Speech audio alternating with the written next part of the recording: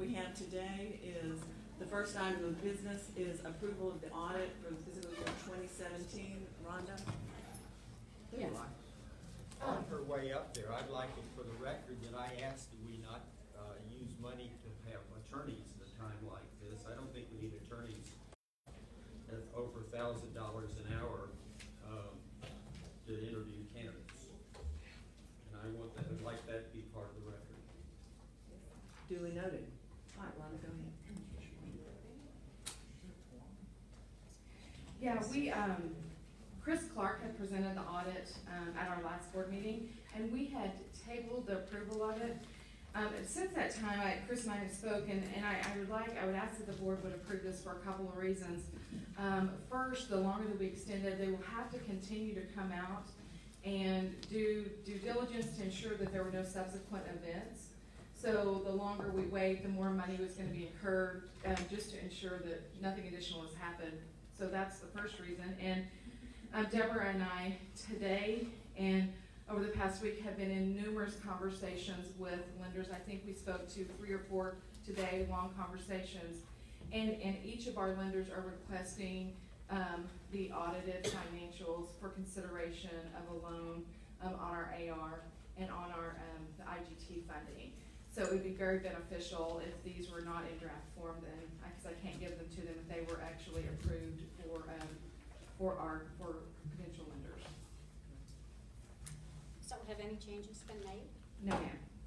No. They are 'Cause as they were presented at the last they are meeting? as they were presented at the last meeting, and it's only been a little over 1 week, so they have not had to do additional testing to ensure that there were no more subsequent events.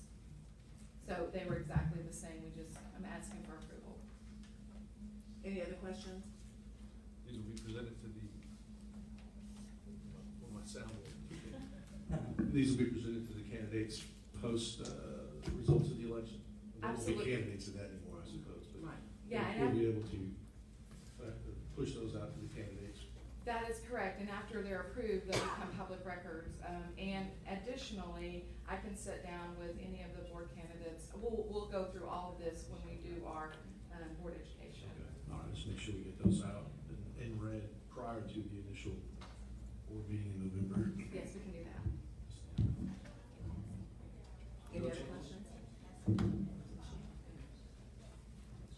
Dr. Hashim is walking in.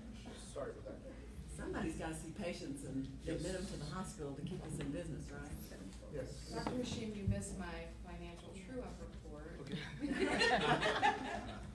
It's No, it was not. I was just asking for approval of the budget. We're discussing The audit. the audit and getting an approval for that. Do you have any questions for Rhonda about the audit? No, I haven't. That's fine. So we need a motion to approve. I'll make said motion. Need a second? Second. Motion and a second to approve the audit for the fiscal year of 2017. All in favor say aye. Aye. Is there any opposition? All right. Thank you. That has been approved. That's awesome. All right. The next order of business we have is the appointment of CFO Rhonda McCabe as our temporary CEO. I would like to table this action because we are going to be interviewing 3 candidates tonight.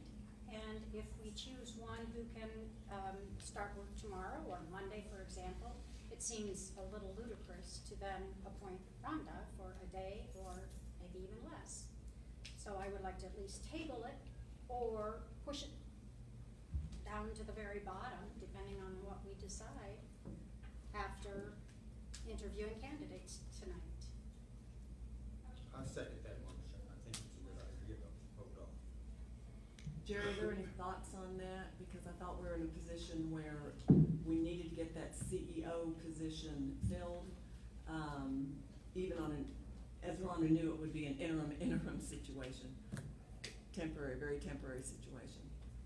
Well, just, for anything that we need approved from the administrator of the hospital district. I mean, without having one, we can't, Right. we're gonna have to delay those actions until then. Correct. So, and it depends on, we may not pick any of these candidates Right. tonight. So we may be in a situation where we're having to interview additional candidates in the future at some unknown time, and we need somebody in that chair until then. And we're only talking about a temporary situation here Correct. until an interim position can be filled. So, But we haven't even seen what Rhonda is asking for in this position or anything else. But I'm just saying, we should at least put this to the end of the meeting, depending on what is decided at this meeting, depending on the interviews. It could change everything, and it could change nothing. But there's no reason in appointing her at this moment when we can wait until the end of the meeting. Rhonda, the situation, could you explain that with the inspectors that came in the other day? And what they said about the timeliness of having those two positions to avoid being cited? I understand what you're saying,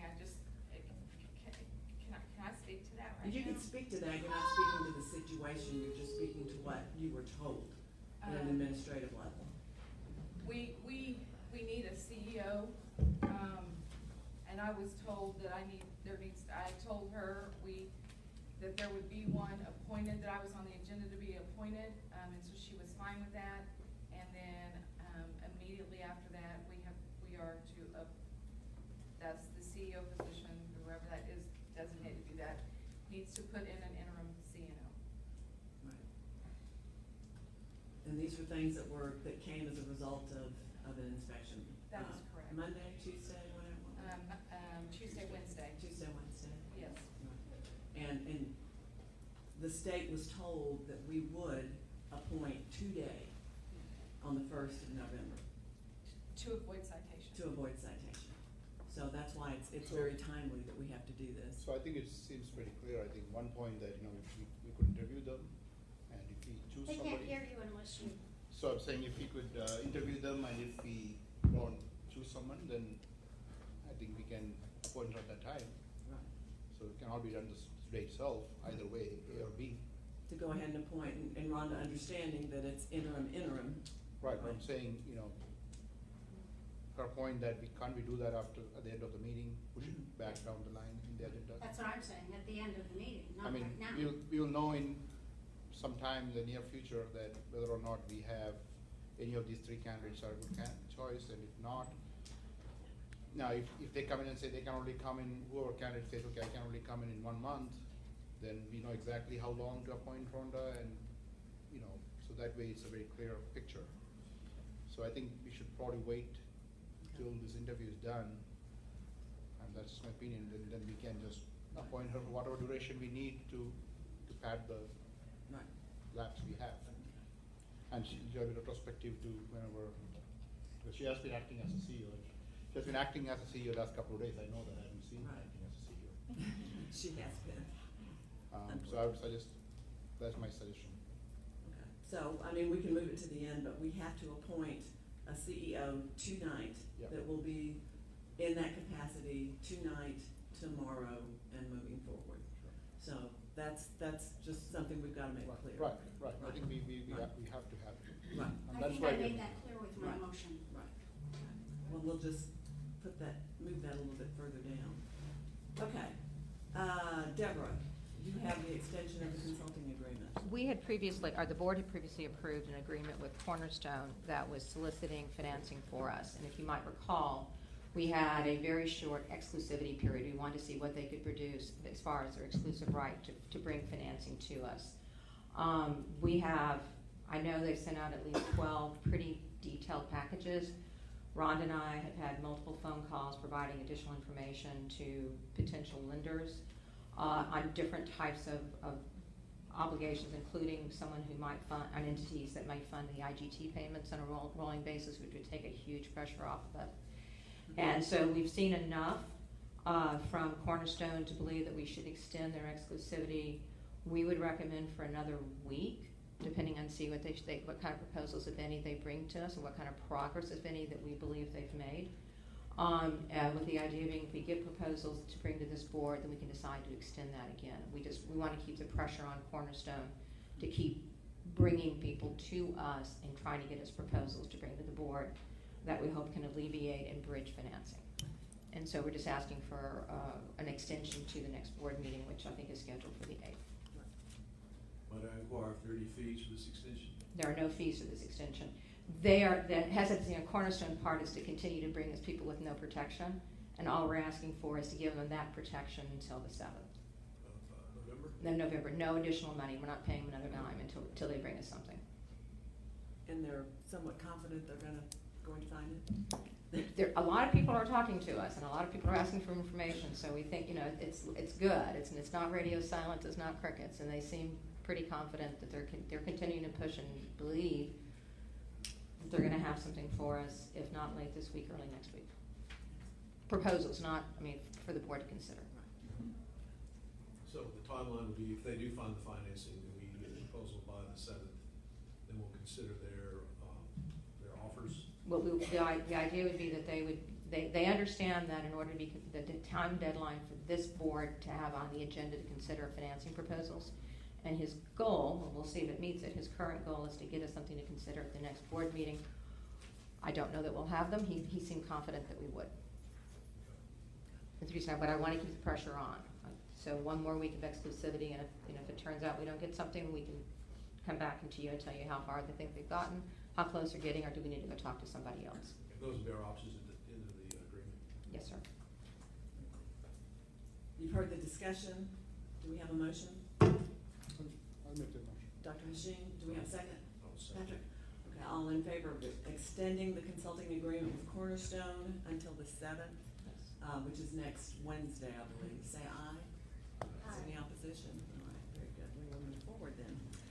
The next thing we're going to do is, I believe, I can't remember what month it was. It's been 3 or 4 months ago, maybe more, when we discussed the appointment and interviews for a CEO.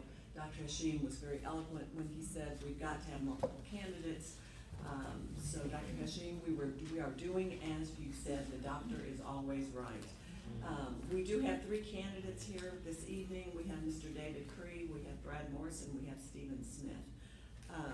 The way this will work, it'll be similar to the candidate forums that we've done the last few weeks. We'll have each of you here present to be able to just tell us something about yourself for about 5 minutes. Then we'll excuse all but one. And since I believe Dave is at the top, we'll let Dave stay to do the first one. There are about 10 questions that we'll ask you. Each candidate will have the same questions asked of them. And just so you know, we are streaming on Facebook Live.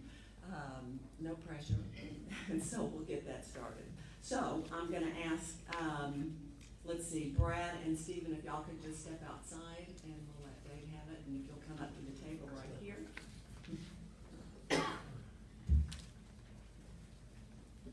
Although they could technically log on to Facebook Live. Oh, exactly. I mean, there's a flaw in the thing. I didn't say that out loud. Should have given them that tip. Come on. Let me see who's measures our Facebook Live. So how good your internet is out there. I know, We right? have to block those Yeah. 2 accounts. Think about it. All right. I am starting the clock. I'll let you introduce yourself to the board and to the public. Very good. I appreciate the opportunity to be here. Enjoyed learning a little bit more about what's going on here and the challenges that you face. Again, my name is David. I don't think his mic is on. Just pull it a little Pull it a little Closer? closer. Okay. There Is we this go. better? These are Yeah, old because the antiquated people can't mics. hear if it's Yeah. not, if you're not. Real right. close. There you go. Thank you. Perfect. Again, my name is David Cry.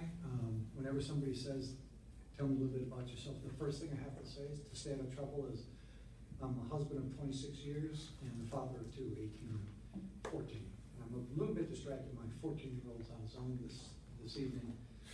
I dropped my wife and 18-year-old daughter off at the airport at 5 a.m. this morning. They were on a trip out of town. So, but he's 14, right? He should be okay. And you want to be our CEO? Yeah, exactly right. Yeah, question judgment. So my career progressed. I started as an accountant at a 228-bed not-for-profit hospital. I moved up the ranks. Worked for not-for-profit hospitals as well as for-profit hospitals. Got into the turnaround work with Health Management Associates when they would buy new hospitals. Of course, hospitals that are healthy generally are not for sale. Hospitals that are unhealthy generally are for sale.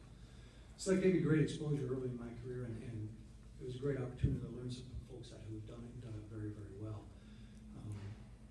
I tell a lot of people I may not be the smartest guy, I probably will outwork you, but I had an opportunity to work with some really smart folks that really taught me how to approach things in a very systematic, humble, kind, compassionate way. Times like this are very, very difficult for everybody, the medical staff.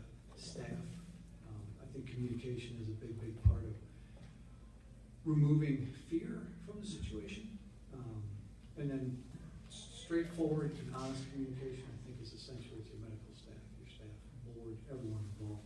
Community, this is a community treasure here. A lot of folks count on this hospital and want to know that it's going to be stable moving into the future. So it's important to celebrate your wins, and it's important to talk about when things aren't going so well too. I found that not talking about those things generally is not healthy for the organization. So you can see by my resume, I'm not going to read my resume to you, it's not that exciting, but I have worked in remarkably similar situations with very good outcomes, hospitals that were really struggling financially, got them over the hump and turned them into financially healthy, as well as delivering high quality care, high patient satisfaction, high quality metrics, and high physician satisfaction. And I found over my career as well that if the quality is right, then the rest of the things usually will come behind it. Because doctors like patients that are well taken care of, and doctors like patients that are happy with the outcome, right? And part of that outcome isn't just having a great procedure, but also how they're treated while they're in the hospital. From everyone, when they're walking, when they first pull into the parking lot, all the way from the time they're discharged. And that goes to everybody. Housekeeping, food services, is everyone polite? Does everyone say hello? Does everyone care for them? But that tone's got to be set at the top too. If the person who sits in the CEO chair truly cares for the folks that work on this campus, work in this organization, that trickles down, and that culture is built from the top. And it's every day, all day, for every person here. All right, you have another minute and 20 seconds. Usually I talk too much. It's hard to get me to stop. So, I think you guys have a special situation here because you have a beautiful place. A lot of places that are in financial trouble do not have such a great physical plant, do not have such a supportive medical staff, from what I'm told, and a committed staff as well. You do have competitors across town, but if you look at the quality ratings and as well as the public ratings, you guys are in a great position. You have a great reputation in the community that you can build upon. The heart program seems like a gem. I read door to balloon time in 52 minutes. That's very, very good. So obviously the quality's there. We can build on that and move forward. And I'll give up the rest of my time. Okay. All right, well, thank you very much. And I'll let you trade places with Mr. Brad Morris, if you would. Okay. Oh, wait, no, we gotta ask you questions, I'm Oh. sorry. I thought maybe. Wait a we were minute, gonna- no, stop this, let me stop my watch, okay. There are a group set of questions that we wanted to ask, and I think probably the board members may have some individual questions they Okay. wanted to ask as well. In your own words, tell us where you would start to help our hospital. I think the first place is to try to get an evaluation of exactly where things are. And I think you have to back up a little bit from just looking at, it's great that you have newly audited financials, so that leads me to believe that data integrity with the financials is probably very, very good. The other thing I think we need to really dig into are the quality metrics exactly. Is the data integrity with the quality metrics and the other statistical indicators as good as that? Are we tracking the right things? Do we track things like DNFB, discharge not final bill, and what's that at? And if it's not where it should be, what levels do we need to pull to make sure that it is? Revenue cycle is obviously essential to the hospital to make sure that not do we collect the cash in a timely basis, but also do we get the bills out the door in a timely basis, and what's the rejection rate on that?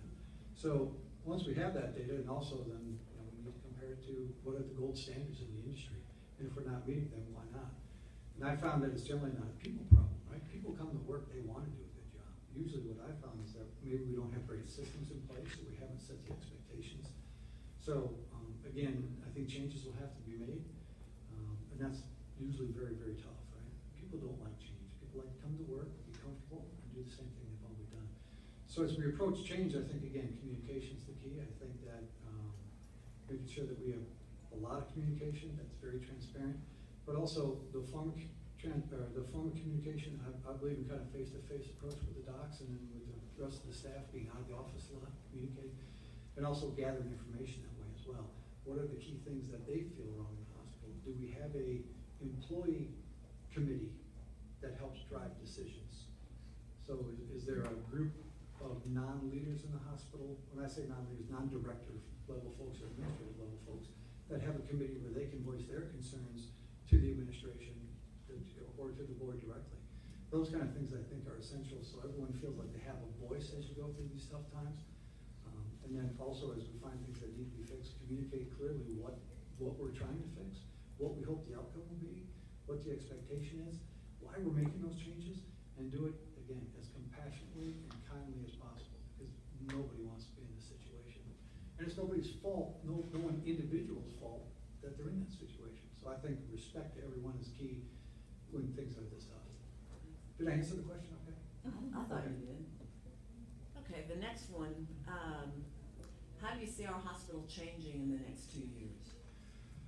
Well, without having a lot of information and understanding exactly what's trouble beyond the financial components, I think obviously you need to fix the financial components. And usually when the financial components are broken, you have to go back to the revenue cycle. And that's when you start talking about discharge not final bill number.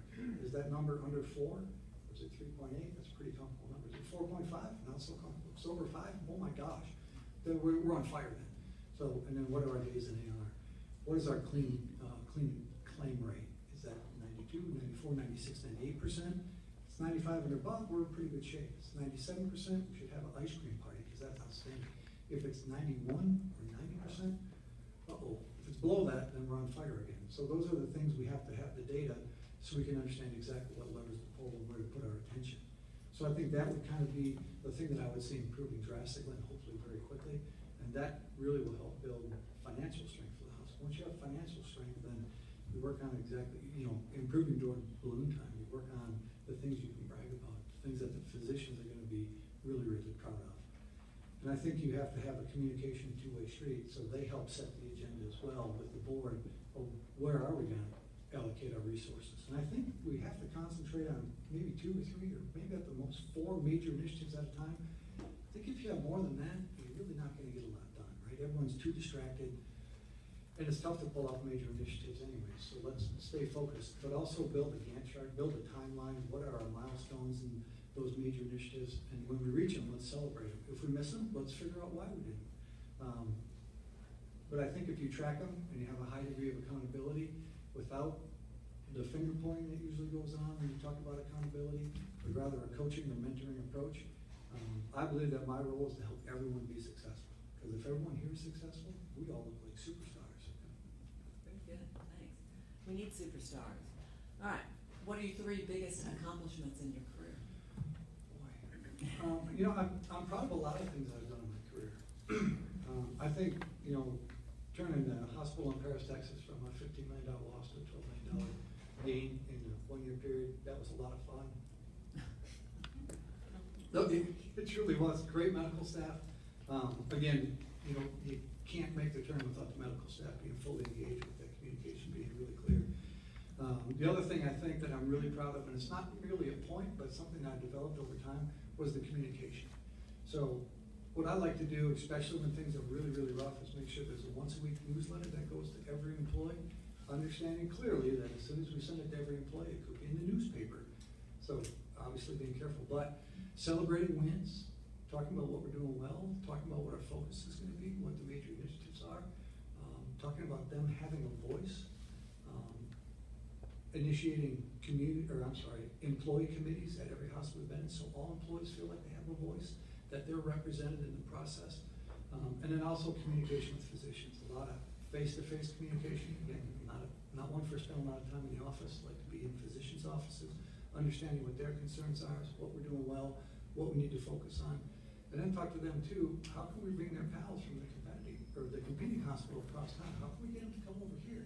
Because growth is really a key part of success. Well, as you're fixing things and you're figuring out where you can save money, growth is really the driver. Healthcare is a top-line driven business, and the more we can grow, the healthier we're going to be in the long term. So being focused on growth, learning how to turn things around and doing it repeatedly and having very good outcomes, and then the communication program.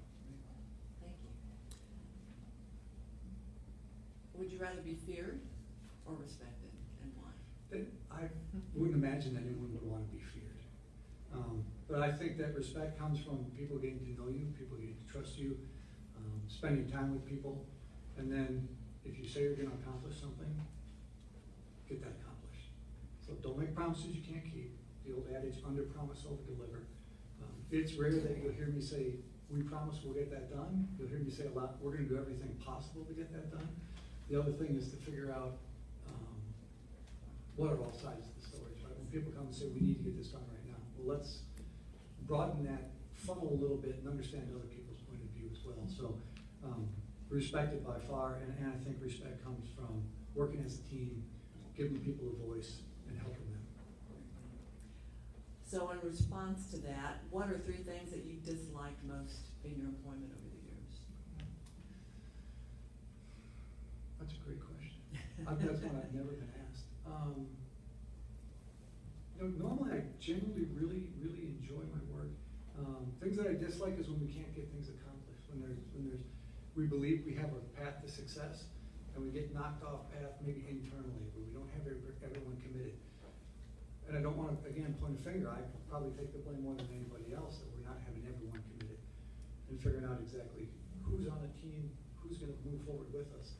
And sometimes there has to be turnover involved because you're setting a new course. Not everyone's really excited about setting a new course to financial stability and true health as an organization. And sometimes folks fight you on that. But what I try to do is if I see someone who's not on the team or not maybe in the boat rowing with us, sit with them, understand what their concerns are. Sometimes it's just, maybe their uncle was the last CEO or, their brother-in-law. It happens, right? Where there's no way possible to win them over, and that's okay, because you can't win everybody over. But you have to make sure that you have enough momentum for the rest of the team to help overcome that. Yeah, I'm asking you, I'm glad I'm coming up with some good questions. So what about this one? Tell us about when you failed and what may have caused the failure. I can talk about that a lot. And any hospital CEO always says that, boy, it's tough to think of. I gotta imagine that they have a poor memory. Something that sticks with me very clearly is early in my career. It's a goofy story, but I think it demonstrates the point well. My boss came to me and said, we need new carpet in the aerobics room. Okay, that's fine, right? Not a big deal. I ordered new carpet. Carpet shows up, gets replaced. About 5 minutes later, the CNO comes into my office and I can't repeat what she said to me. It wasn't very polite, right? And she said, that room's used for other things other than aerobics. It's used as a community room, it's used for yoga, it's used for Lamaze class. You put hard carpet in there because you didn't understand what the other uses in the room were. Hard carpet is difficult to teach Lamaze on. It's difficult, and I chose a carpet that doesn't come clean either, because it was supposed to be used as an aerobics room. Point being, and I think what I demonstrated with this story is that, man, I should have opened that funnel up and got some more opinions on that, because I made a mistake because I thought one thing, aerobic, move forward quickly without maybe taking enough time to consider all functions or all aspects of that decision. So that sticks with me when things come up and it looks like a simple solution. Sometimes I have to stop and say, well, let me ask a couple other people who might have an impact on this and widen that funnel a little bit so we get more input. But I think usually if you ask more people, almost without exception, they go, man, you know what, I didn't think about that. Thanks for bringing that to my attention. Thank you. Okay, here's a good one for you. Okay. What gives you the most satisfaction in your job? That's pretty easy. Yeah. Seeing the employees get excited about what's going on in the hospital, seeing the medical staff get excited about what's going on in the hospital. On the big picture thing, it's seeing an institution that's struggling to become viable, stable for the long-term organization, but that takes a while. But if you can get the staff excited and get the medical staff excited and get them convinced you're going in the right direction, because you have to have little wins, right? They have to be able to see small improvements before they reach the bigger goal. And that's how more and more people get in the boat and start to roll with you. They have the little wins. So we have to figure out things early on where we can demonstrate that we can win, that we can get these little things done that are going to build and build and build towards the bigger solution. So that's what gets me the most excited, is to see that momentum start. All right. Have you ever worked with an elected board before? Yes. And what might the challenges be? I have. The challenges that I've experienced, it doesn't seem to be the case here, was a different level of commitment from certain board members. I worked in a situation where maybe there was board members who were conflicted. That was a fairly uncomfortable thing, but again, I think it's something that has to be talked about and addressed openly. And we've also had, worked with a board member where, for lack of a better word, people were petty and didn't want to focus on making the organization better or improving the situation for the entire organization, that's the big picture, but focused on more petty things, which really derailed some of the larger initiatives, or maybe caused them to take longer than they should have. Very good. All righty. Do you appreciate our mission at Memorial Hospital that we care for all people regardless of their ability to pay? Absolutely, without a doubt. My wife is very involved in charitable work. We met a lot of folks through the years that have a challenge in that department, with how they can pay. A pretty good example is, my wife called me just a couple years ago and says, you know, the Reimers, yeah, we know the Reimers, you know that they're without health insurance right now, and their son has cancer and needs cancer drug, and it's $2,600 a month. They have to decide whether are they gonna eat groceries or are they gonna get cancer food. So thank goodness that I had a good relationship with an oncologist and said, I don't know what you can do, but you must know someone who can help me. So he was able to reach out to a rep, got them involved and enrolled in a program. Usually there's things out there that can help people out if they have the right people to help them point them in the right direction. So, and through no fault of their own, I mean, sometimes circumstances cause people to be in a tough place. And well, by the grace of God, it could be you or I. You are correct. Very good. Thank you. How will you make the mission of those not being able to pay sustainable at our hospital? Well, I think if you have overall top line growth, if you have a solid revenue cycle, if you have an expense control program, if you understand supply expense as a percent of net revenue is 16 or 18% rather than 25 or 26%. If your outside services is at 14, 16% rather than 18 or 20%. So if you can manage other costs, that frees up that extra bucket, right? That's going to be the self-pay bucket for those folks that really need the help, or the charity care bucket. Every hospital I've ever been in, whether it's been for-profit or not-for-profit, has always had a charity care program. So that doesn't scare you? Not at all. Does anyone on the board have a question for Dave? I do. Yes, ma'am. Have you ever worked for a hospital that's been under a CIA? No.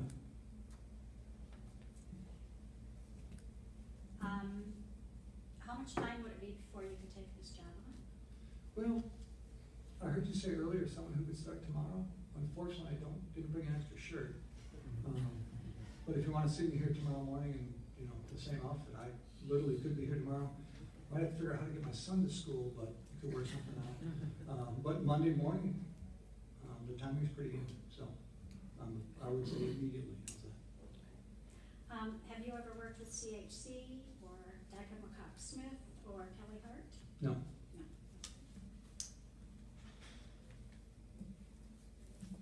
I have a question. Okay. Unless you ask my question. What 2 or 3 things, if you've had a chance to study our hospital and our district at all, I don't know who you've talked to or who you've gotten information from, and maybe just the internet, I don't know. But what are 2 or 3 things that you deem as the most detriment shortcomings of this hospital, other than the finances, which we already know that's probably number 1? Well, you're tying my hands there by taking away the finances from me, right? But beyond that, that's a great question. I haven't gone backwater. I haven't tried to find out a bunch of information from people that I don't know well enough. If I knew folks whose opinion I trusted, I would have reached out to them to find out more.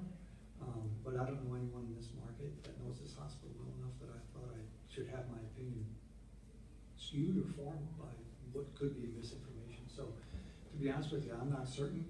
I do know you have a lot of great things going for you. Again, that door to blue time, 52 minutes, that's very, very solid. Booming cardiac program, great physical plan, committed medical staff. I you have all the right ingredients here for success, and quality being in the right place, it's very, very good. Have you ever been involved with an organization that had poor financial audits? Yes. How did you,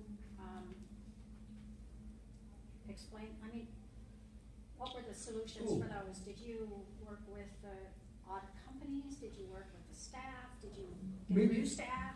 Maybe I could clarify my answer a little bit. There have been several times when hospitals that I've taken over have had in the past very poor audit results. And then moving forward, we work very, very diligently to remove all poor audit remarks, right? You don't want any remarks on your audit. So there's a variety of things to do there, right? You have to understand exactly how the audit works. And hopefully your CFO does understand that. From what I've heard, you have a very good CFO, so that's great news. But also that you have to educate the rest of the staff too. Do we have the right processes in place to make sure that when audit folks come back and they do ask for the backup on from your Medicare cost report or the backup from your accounts receivable, that it's documented and it's clearly in. Sometimes it's a format issue, having it understandable in a format that they can understand that makes sense to the rest of the world. Because if a hospital's been doing it the same way for 20 years and their format is archaic, and the accountants aren't used to saying it, they may not understand anything you're looking at, right? So I think it's that combination of things, but oftentimes it's as simple as just training and having an internal compliance program that helps everybody understand what the audit standards are. So the accounting department can implement whatever audit standards that we're missing on and then move forward. But again, I think people come to work, they want to do a great job, but oftentimes we don't give them the right process or the right training or the right tools to do their job. So those three things usually are the solutions to fixing poor audit results. Have you worked with the hospital district before, so you've had experience in the difference between transparency and communication? Yes. And it sometimes is a challenge. I usually tend to overshare, if anything. So I think I would have to work with the board to understand what you want me to report publicly. I am all about let's share everything with everybody, good, bad, and otherwise. Because again, transparency I think is essential to getting through the tough times. People understand where we're at and where we're going, but also understanding and being respectful of the fact that pretty much everything we say or do publicly or emails that are sent may end up in the newspaper. So yeah, I have a sensitivity to that. Well, as you might have heard already, the board is kind of in the middle of selecting an advisor to find a partner for the hospital. We don't know what it's going to look like or anything else, but the cost will be probably over $1 million. What would be your plan of action, and why, or how would you move forward with that type of step that the board is taking? I'm not sure what actions you guys have already taken beyond seeking the advice of an advisor. I know a lot of folks that may be able to be partners for you moving forward in health systems that are quite possibly interested. I think the first step is to reach out, have a conversation with them. I've been involved in transactions with hospitals that did not have advisors involved. But again, the folks you're dealing with ought to be very trustworthy. I think you have good counsel here, a very bright young lady who can help drive that. And find an opportunity, or $1 million from an advisor on a transaction seems a bit exorbitant to me. What are your expectations of a board of directors? Clear direction, very communicative, and availability. Vice versa. Amen. What is your definition of ethics, and on a scale of 1 to 10, how would you grade yourself as an ethical person? I give myself a 9.75. Right? I'm not always perfect. Sometimes I slip a pen in my bag before I go home. But listen, it's the funny thing to joke about, but it's not funny until something bad happens. So I think as an example, as a husband and a father, those are two things I take very, very seriously. I have a son who grows up and watches every single thing that I do. And I preach about it all the time. I preach to him all the time. And I preach to staff all the do the right thing, pick up the garbage in the parking lot when you're walking in. And if I don't do it, to me, again, that leadership really means something. It's a responsibility I have to take seriously. So I take that very seriously. If I think that I'm struggling with something ethically, that's when I come to advisors like a board, an attorney, and say, I feel like I'm in a little bit of an uncomfortable situation here. I need your advice. Never go past that point. People know when they're doing something wrong. I'm always convinced people know. And the idea that people believe they can get away with doing things wrong, it eventually is going to come out. I've been married 26 years because ethically I can behave myself 99% of the time, right? When it comes to my wife, thank goodness I'm batting 1,000 and I'm 100% there. But sometimes as a parent, I look back and think, man, I could have done that a lot better. And I think that applies professionally as well. One thing I'm a little curious about is that Canyon Atlantic Healthcare Mhm. was not listed in your resume. Is there a reason Oh, why? yeah. That's primarily a group that me and a couple buddies started up. We do ambulatory surgery center development, and we don't really have an office. We're all just kind of partners in this thing. One guy's in Tallahassee, one guy's in Dallas, I'm in Austin. It's a company we put together to do a variety of things. And one of the things is to handle, when some of us do temporary work, is we run it through there. It saves usually the folks that we're doing temporary work for a lot of money because we're not coming on as employees. It helps us manage things on a tax basis. You know, we can run expenses through there when we get reimbursed and not have it come at the same time. Okay. Yeah. Does the same stand for Mallard Healthcare Management and Development? Yes, ma'am. Okay. Yeah. Entrepreneurial streak. What else should we know about you that is not on your resume? Well, I already bragged about the 26 years and the 2 kids, so I can't take credit for that twice. I love Northeast Texas. Again, I spent a couple of years in Paris when I turned around. It was fantastic. I love spending time outdoors. I love small town America. I grew up in a town. I was talking to Ms. King earlier, and I said, but this is such a small town. I grew up in a town of about 5,000 people, so this to me seems kind of big, right? I mean, you don't have to go somewhere else to shop for underwear, then you know you're in a big town. So we, I think it's a good fit. I really like the size town, and I fit very comfortably in a setting like this. And I've probably said it 15 times, but I think it's important I say it again, is that whatever happens here, I would just hope that you guys are able to find someone who can be very careful with the staff and medical staff as you move through these tough times, because it's remarkably difficult on them. The apprehension, the unknown, the lack of certainty is very, very difficult. So hopefully whoever ends up in this seat will make that top of mind. Why do you think you're the right person for this job? Because I've done it successfully time and time again. Because over time I've developed a way of communicating, a way of helping staff deal with these kind of things, and a way of dealing with medical staff as well in a very straightforward, face-to-face manner, going to them and asking for their help. I think a lot of the medical staff wants to help. If you reach out and ask them for their help, usually they're willing. But it's not often they're going to come and say, hey, what can I do to help you? They're busy folks. They got a lot of things going on. And if you can ask them to pitch in and help, I have yet to be turned down from a medical staff member when you ask them for help. So I think that's ultimately important as well. And then how to meld that together, manage the accountability, as well as, keep things on track. If you have a goal, don't lose sight of that. Don't get distracted by the other, the shiny thing over there, or the crisis of the day, which is very difficult to do in a time like you're in, because it seems like every day is a giant crisis, but you have to stay focused on the big picture and remind people that we have to spend at least half of our time solving big picture problems. We can't get distracted all day long solving little fires. I think you covered it on question 26. So pass it on to Claire. I have 3 questions. Yes, sir. 2 of them are sort of two-parters. I'd like your experience, know a little more of your experience in directing the time, and this is a two-parter. Time and contacts with both attorneys and consultants. I'm interested in documented cost value for every hour that a consultant gives to us or an attorney gives to us. And how have you in the past directed, you know, rather than having attorneys show up or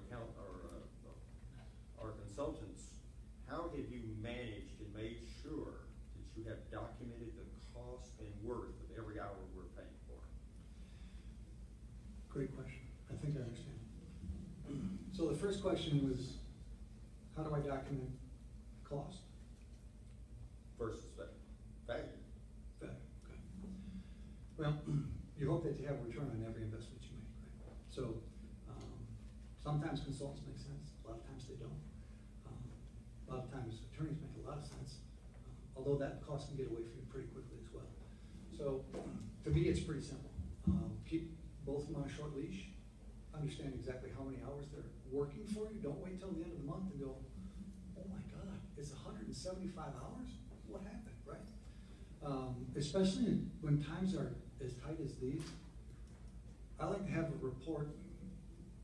I always have a daily report that gives you common indicators, how many surgeries you have that day, how many staff hours, everything else. But when times get really tight, you add a column on there and you say additional hours, and that's like consulting hours. And you ask your consultants and your attorneys to check in daily, because that's how tight cash is. You have to manage it daily. And if you see that all of a sudden you've got 18 hours of consulting services, you know it's like $900 an hour. That's going to get your attention. You call the consultant and say, what's going on? Number one. And number two, don't work for the next couple of days. So that's how. Don't work at all.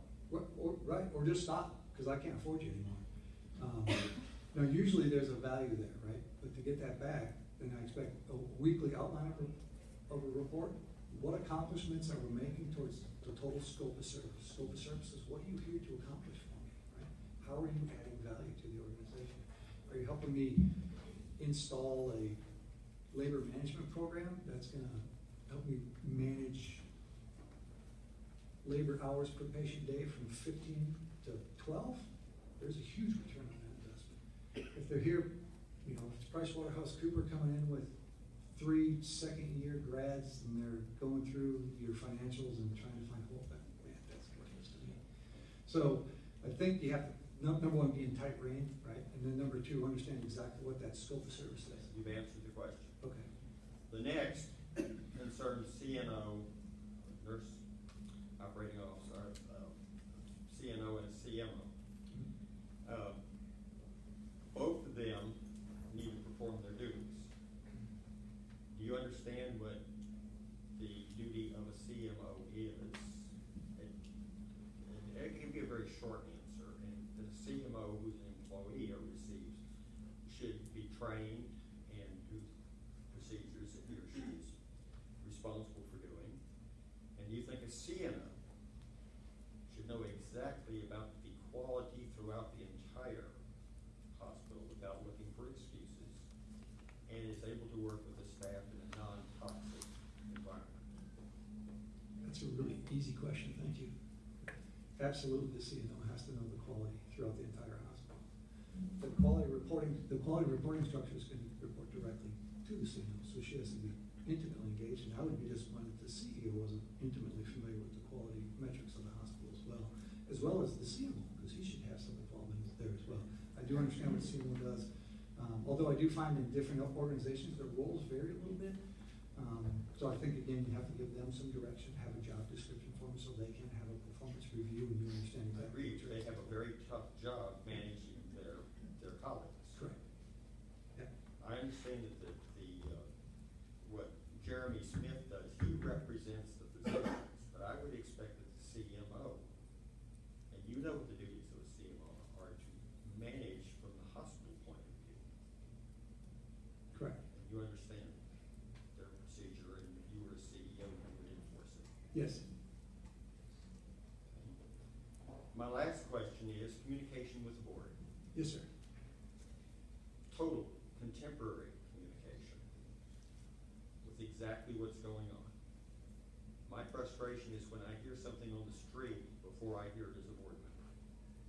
That's awful. How do you address this? The thing I'll always attempt to do, especially with bad news, is tell it early and to the people above me. Because no one, and I found, and I tell my kids the same thing, if you do something wrong or something's wrong, if you go to your boss and tell him say, this is what happened, it's kind of messed up.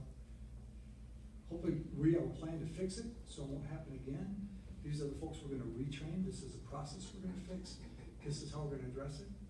You should never be caught flat-footed, ever, ever, ever. Good example, I was 9:30 at night, I'm running on a treadmill in a hotel. I was responsible for overseeing several hospitals. One of the CEOs calls me and says, got some bad news. This is a crazy story, you'll appreciate this. Doing spine surgery, one of the nurses is pushing the microscope closer to the table. The microscope's top heavy, it hits something on the bottom, the microscope falls, and hits the patient. That's a bad thing. CEO calls, tells me, the first thing I do after my conversation with him is I pick up the phone and call and tell my boss, because I don't want my boss to hear from anyone but me. Because if it did, just like what happened with my dad, there'd be hell with that. Thank you. You bet. I just have a couple of questions. Yes, sir. So I see that you have been in multiple facilities. Mhm. Were you part of a larger organization who posted you there as the CEO, or were you there independently hired like this? A combination of the two. Early in my career, I worked for HMA, which is, at the time, they owned 65 hospitals, which is a great organization to work for, because they were buying a lot of really broken hospitals. SF was kind of the same thing, worked for them for 6 or 7 years. And then I was lucky enough to have great teachers, great mentors, who've been able to develop the skills, the know-how, the knowledge to move forward and do something independently as well. So generally speaking, I see that very short stints for Mhm. CEO, a couple of years. Yes. Why is that? Well, we talked about this a little bit too. I love turnarounds, they're difficult, the reward's great. I'm a terrible maintainer. My wife tells me all the time, if I ask you to just keep a watch on something, it's not good, right? But if you ask me to fix something, I'm motivated, and it's a challenge, and I get to work with people who get excited about making those changes and seeing that progress, that to me is really, really rewarding. But I've also found that when you're a turnaround guy, generally, I'm not suited for maintaining the status quo. That's why interim gigs and turnaround gigs really work well for me. And one of the issues that we have had before is that, we didn't have a local CEO. What that means is, somebody who's in the community. Sure. So what are your plans for that? Well, as long as I'm named interim, it'd be tough for me to uproot my 14-year-old son. My daughter's 18. She's gonna graduate a semester early because she's smart like my wife. And so she's kind of free and clear. We're a little more mobile, but I would not relocate with an interim title. I'm sure that's fair.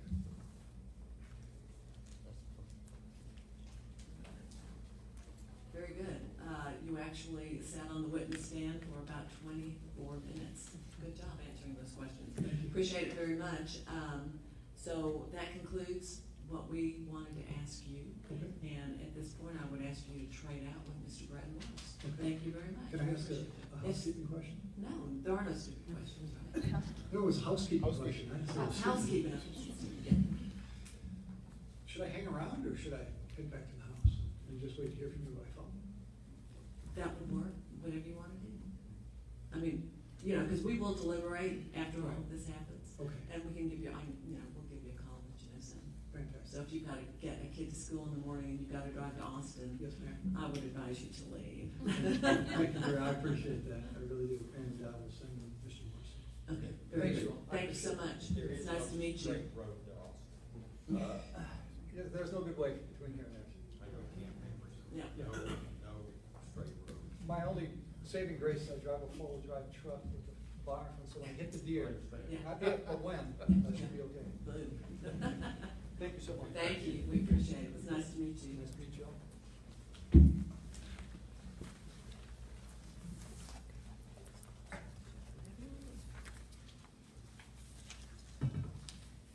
I like how you have a standardized bunch of questions for everybody. I appreciate that. So we'll take some.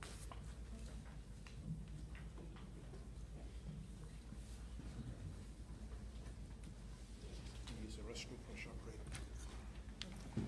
Old age scheme. I know.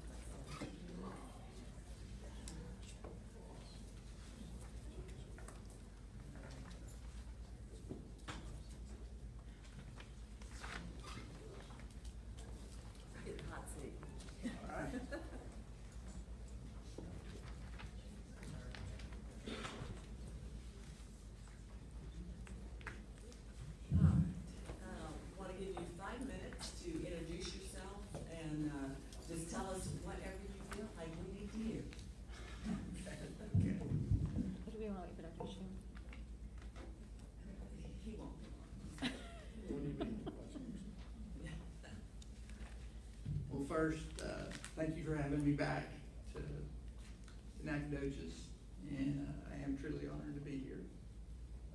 And for those of you who don't know me, my name's Brad Morse.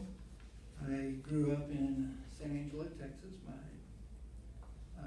wife, Gretchen, is a family practitioner. I've got a son in law school in Houston, and a daughter that's a senior at Texas Tech. And my dad was an intelligence officer, and my mom was a nurse for 40 years. Pretty much the same place. During high school, I started working in the hospital as a pharmacy tech. That's where I fell in love with the hospital and decided I wanted to go be a hospital administrator, and plus I had to make money to save up for college, and went to college at TCU. Luckily, the hospital that I went to work for there while I was in college gave me pretty much a full ride. So I was able to leave that burden from my parents. But as I was there, I noticed that healthcare was changing so much that a traditional MHA wasn't what I wanted. I wanted both an MBA and an MHA.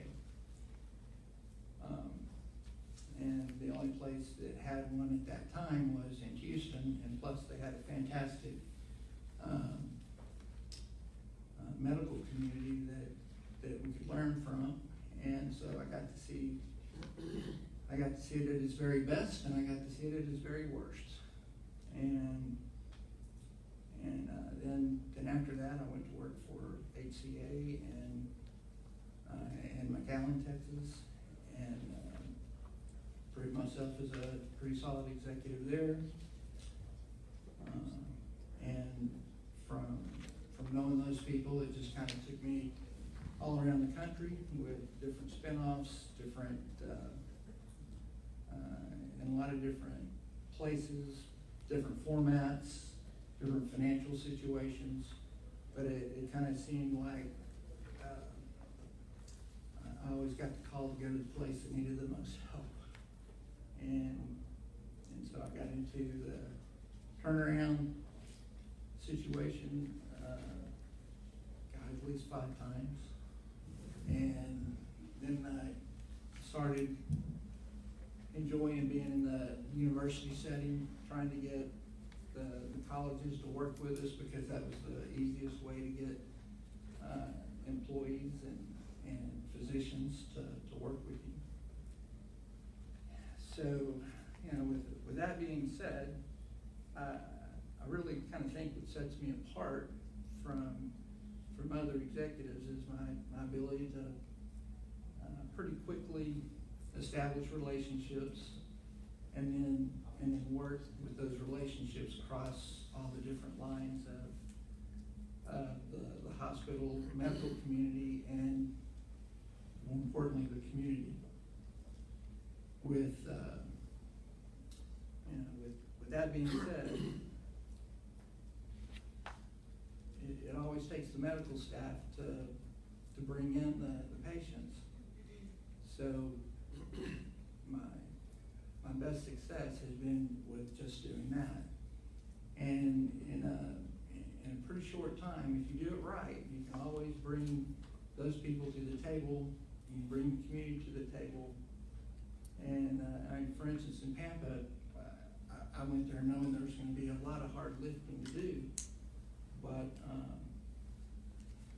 never realized how bad it was. But by bringing in the right doctors and then circulating the community, we were able to turn that around. So that's kind of my 2-minute story. And you did it in exactly 4 minutes and 49 seconds. So in your own words, could you tell us just where you'd start to help our hospital? I'm sorry? Where would you start to help our hospital? I can start at 6 o'clock in the morning. No, I mean where? What would you do first?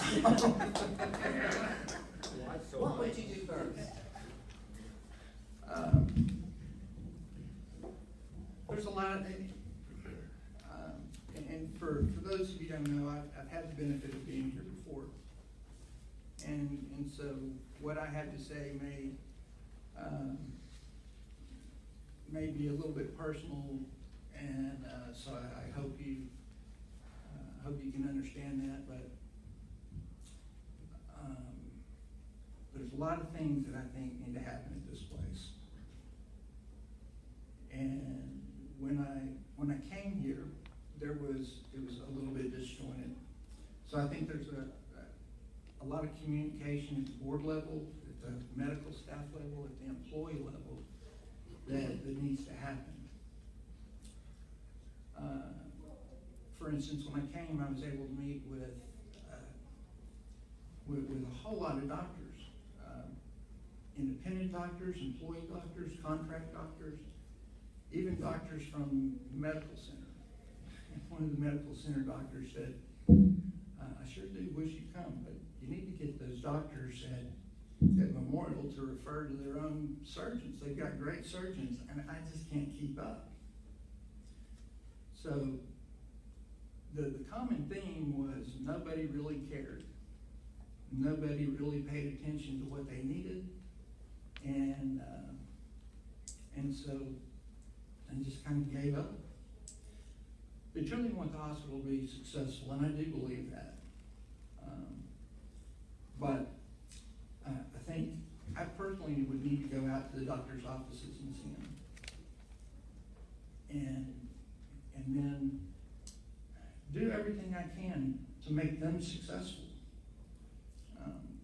Make sure that I take care of their problems. Get their privileges taken care of that they need. Get them the basic equipment that they need. And you may say, well, we don't have the money to do that. Well, there's always a way. There's always a way. And every little bit matters. So,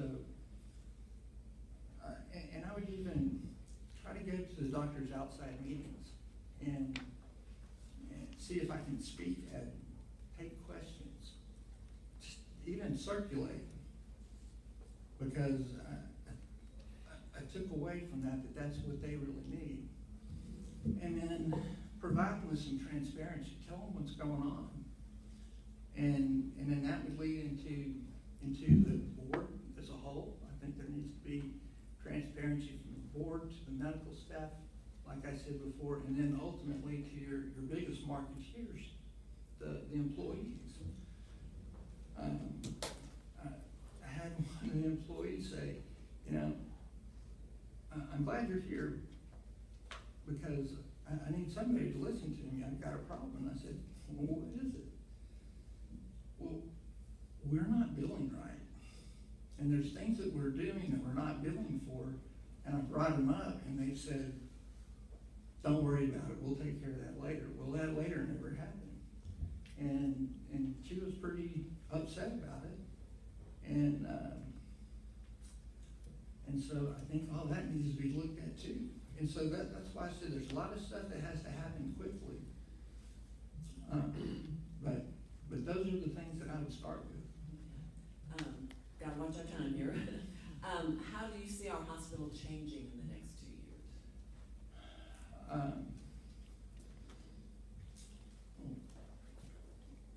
years? There's several different ways that the hospital could go. We could, if everybody here got on the same page and we got this thing refinanced like it needs to be, we could turn it around ourselves.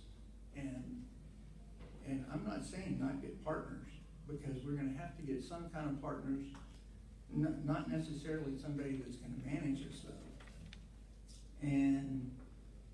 And so if we got ourselves into a situation where we were a well-oiled machine, where we were making some money, where the community and the hospitals were happy with us, we wouldn't have to give away the farm at the end of the day. We wouldn't have to say, hey, you know what?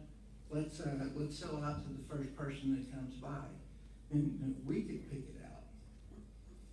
And we could decide what this hospital is going to look like. Not somebody else who is gonna, you know, come and take everything that we have. Because this is be an investment to anybody else. They're not looking at this as what can we do for them? In fact, there was somebody that I talked to about the hospital that said, yeah, I mean, we'd be happy to go in there and take it over, but we're not gonna, it's gonna be less the debt. We just do an asset purchase. And, so that would leave the community with a lot of debt. So what are your 3 biggest accomplishments in your career? You can blow your own horn.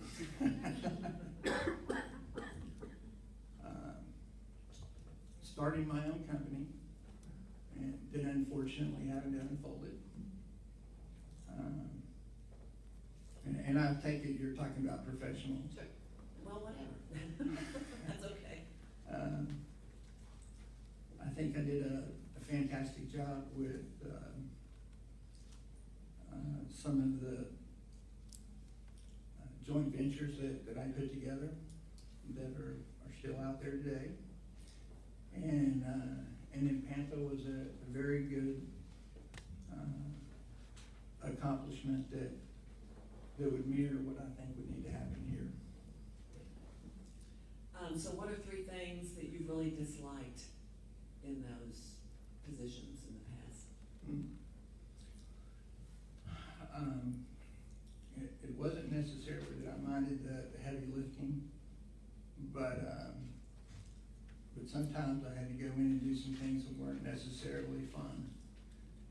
For instance, I had to take a doctor through a fair hearing process, and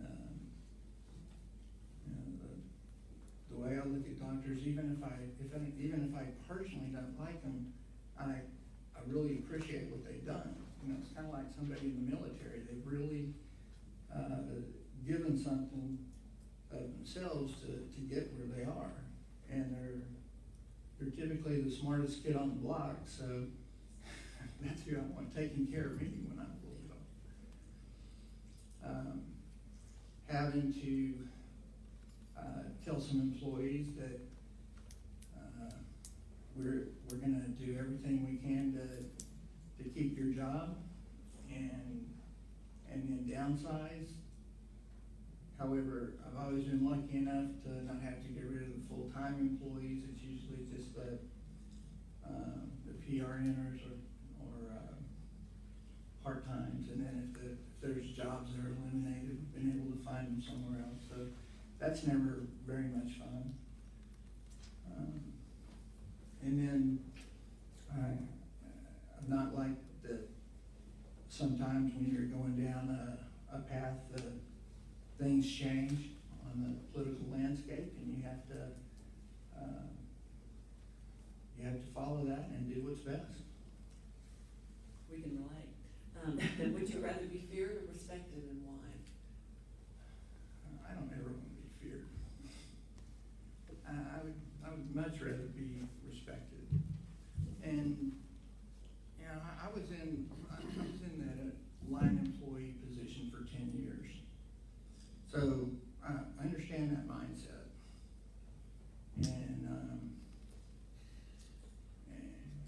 And unless you have the respect of unless you have the respect of the board, the medical staff, and the employees, you're not going to get anywhere, because you can't do it alone. You have to have them to help you and make sure that everything happens. Very good. So tell us about when you failed and what might have caused it to occur. Okay. I started a company that was what I thought was going to be the way of the future. Physician partnered hospitals, and we really quickly got 15 of them up and going, and everything was going well, and the political landscape once again changed, where it became illegal to invest in them anymore. And then there was also issues, and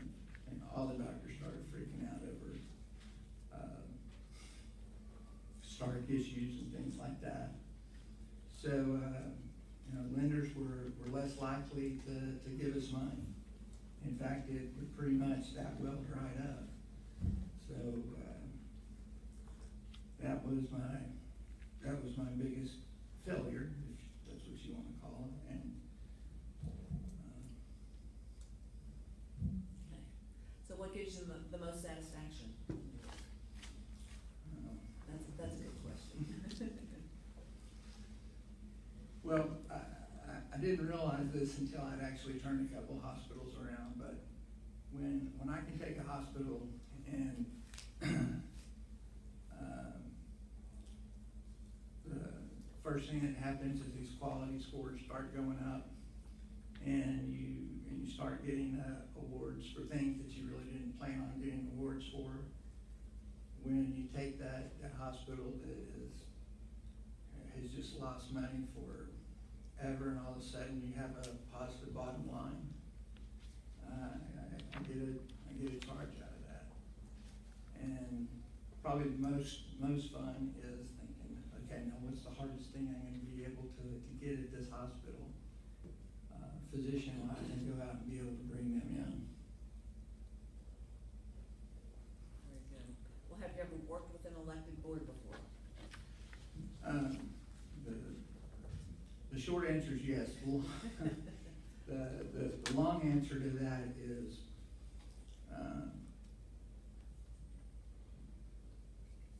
when you're working with a management company,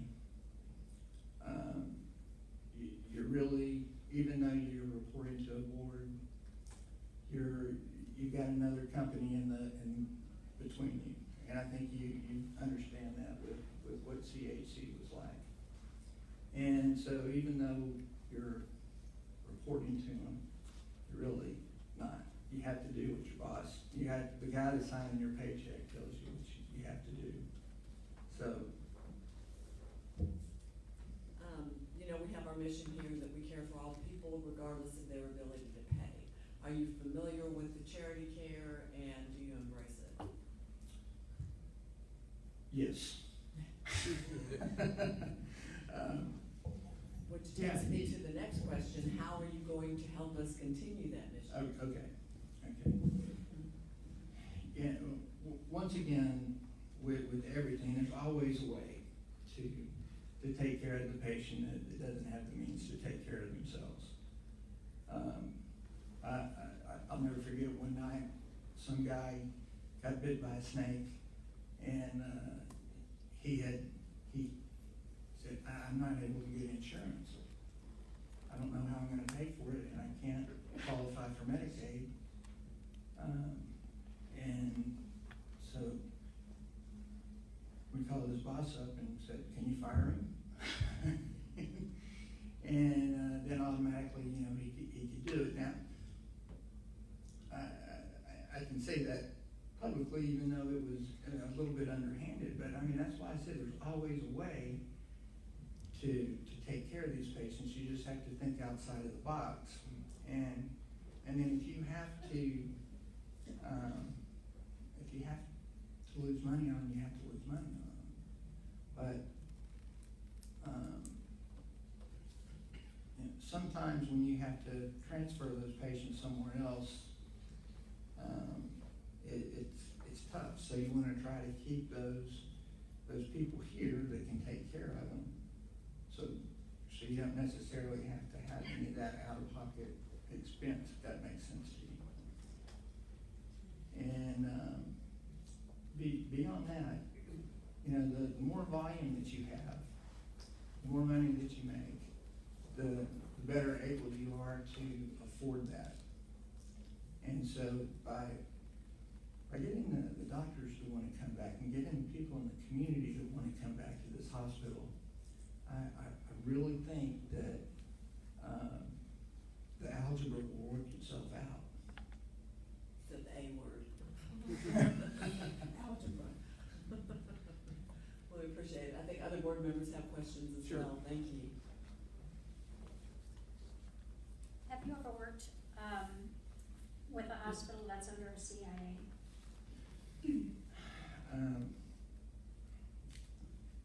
short answer is not like this, not a full CIA. I've had to work with other hospitals in my system that are. I've had to help a couple of hospitals that have been under this and like issues like this. And then I've been through full Medicare audits, and I've been through several of the, basic state audits. So I don't know if that answers your question, but I definitely understand the process, and I definitely know the people that do it. How much time would it be before you could take on this job? Tomorrow morning at 6 a.m. Have you ever worked with CHC, Nacogdoches Smith, or Kelly Hart? I've never worked with CHC. I've never worked with Dykema. Not with me. Okay, and Kelly Hart, I can't say that I haven't because they're so big, but I know for sure, just right off the top of my head, that I've another lawyer that I'm used to working with has consulted them on an issue. There was a Chris Howell, maybe? In Fort Worth. I'm sorry. So that's the closest that I know for sure. Have you ever worked for an organization that had a difficult time producing financials? Accurate financials? Yeah. Yes. How did you resolve the reporting issue? Okay. Tools, training? Well, when you go into a place that you don't trust the financials, then you have to find a way to be able to trust them to start off with. And that goes everything from just the journal entries to the revenue cycle. And if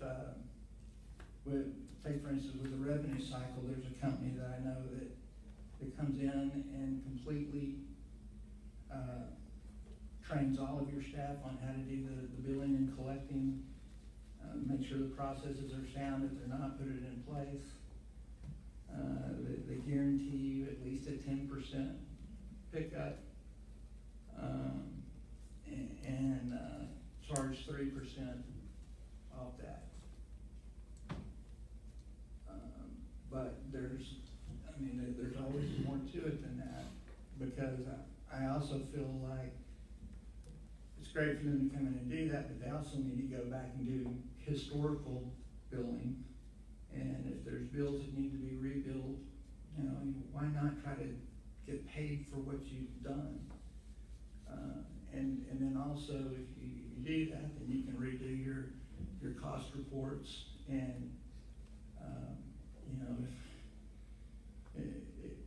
with this organization, it would make me a little bit afraid not to make sure that our cost reports were just perfect. And so that's another thing that I want to look at with that. But I know that doesn't specifically answer your question, but all those things have to happen in order for you to get a financial result that you can actually trust. And if you don't trust your financials, then that's something that has to happen pretty quick too. What do you think of the possibilities of turning the financially dismal situation around that we are in now without selling off service lines, without riffing staff, or even without declaring bankruptcy?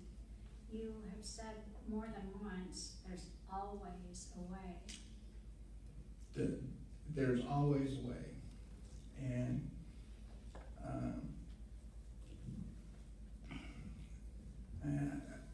having time to think about this, there's a lot of money that can be saved at this place. When I was here, I was able to meet with the other CEO of the other hospital, Peter. And I asked a simple question, hey, do you work together with Memorial? And he said, no, they won't do it. I'd love to be able to do that, but they won't do it. And if we could work together and save some money, we would be able to, I'm not saying close any of the services, but collapse some of them, where we're still doing the same thing, just in a different manner. And if there's something that doesn't make sense for us to be doing, then yeah, maybe we need to consider closing it. But it's up to you guys, the board members, to say, no, that's what we're here for. We want you to keep it. We know you're telling us it's not profitable. And then as far as the risks go, or whatever you want to call it, my approach to that is always, I hate to get rid of a full-time employee because we're the ones that are their life, blood, their money. And so let's do whatever we can to save that full-time employee. But sometimes you have to do what you have to do in order to make the organization run. And I can't do that unless, and the only financials I've ever seen on this place are what Patrick showed me while we were having dinner that time off of his cell phone. I want to caution you, we're down to your last 2.5 minutes. You get 30 minutes, so do you have more questions? Oh, Yeah, he gets 2.5 more minutes. Okay, on all of our you, questions. I'll you stop did there. not ever say that at the That beginning. we had Lisa. 30 minutes, yeah. No, you didn't. Well, anyway, he's already going way over. Keep asking. I'm sorry. No, that's No. okay, that's okay, no worries. Any more questions? No. No, we've got room for more, All right. we've got room for more questions. All right, so the micro, well, they can hear me on Facebook, apparently you need to do the same, so. Okay, thanks. The live stream. Our next meeting is to interview a broker to seek a partnership or affiliation Mhm. for this hospital. So we're gonna have a new board members. But if you come on board and the new board has a direction that they seek an affiliation or partnership, are you gonna have a conflict with that, with the board stated goals, if they want to pursue this affiliation or partnership? A good leader is a good follower. I mean, I'm gonna have to do whatever the board votes that they wanna do. I would like to be able to give my opinion on that. And it's typically pretty expensive to get a broker to do that for you. And if we know which way we're going and maybe who it is that we wanna affiliate with, why have a broker if we already know who it's gonna be? But if that's what you guys wanna do, then that's what we do. One more question, I have actually two. On Pampa, you had a turnaround from a $600,000 a month loss to a $500,000 a month financial gain. How quickly did you make that happen? We did that in a little bit less than 2 years is where we started getting right there. And then after that, it just kind of kept on going. Now, you also said in Pampa you canceled and renegotiated the hospital's contract, saving them more than $200 million per year. On a 120-bed hospital, how do you get $200 million from savings and renegotiations? Yeah. When I say we renegotiated all the contracts, I mean we renegotiated everything from all the PPM contracts, the physician, ER contracts,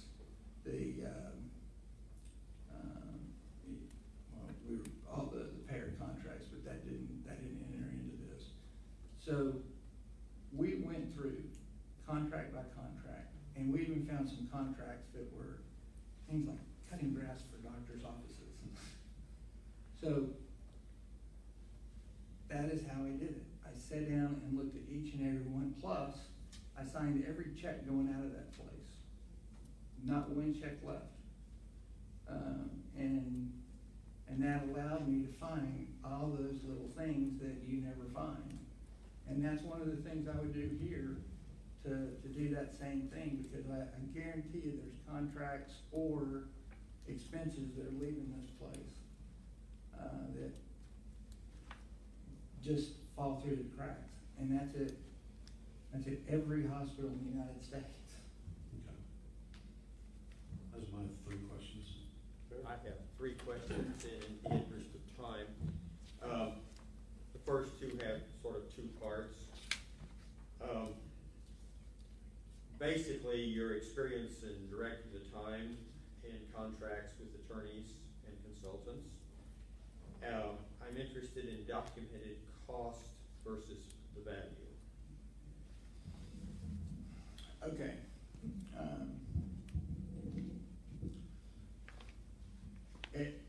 Every place is different, and it's been my experience that if you take, for instance, a lawyer, having a lawyer here is something I think is of the utmost importance, but you're probably paying them a lot of money. And if you had that attorney being an employee of the hospital, you would be paying a lot less money in the big scheme of things, I would guess, compared to what you're doing now.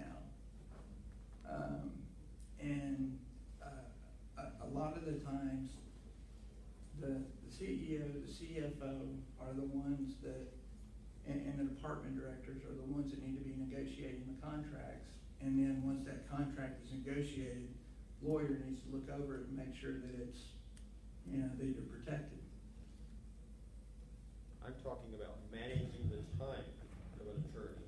Managing the time for an Well, attorney? yes, Well, that's easy. No, I'm talking about being in charge. Your experience in, does the attorney or the contractor set the time parameters, or do you? It's a joint thing.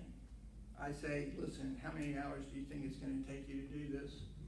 And if he tells me 6 and I'm used to doing it in 3, I'm gonna say, all I'm gonna do is pay you for 3. And that's the way it's gonna be, or I go find somebody else. Okay.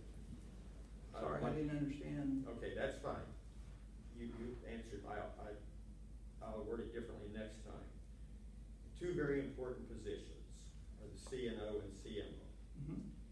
I'm interested in your thoughts on the duties and responsibilities of the CMO, which of course is, a physician having a son as a physician doesn't like to say he's been managed. But that includes, the CMO has a responsibility for making sure that physicians are following procedures. And the CNO is responsible for quality. So my question to you is, your experience in handling these 2 very important positions. The CMO is responsible to the hospital, the chief of staff is responsible to the physicians. So this is a balance. It's gotten a little bit out of line. Okay. Well, first thing,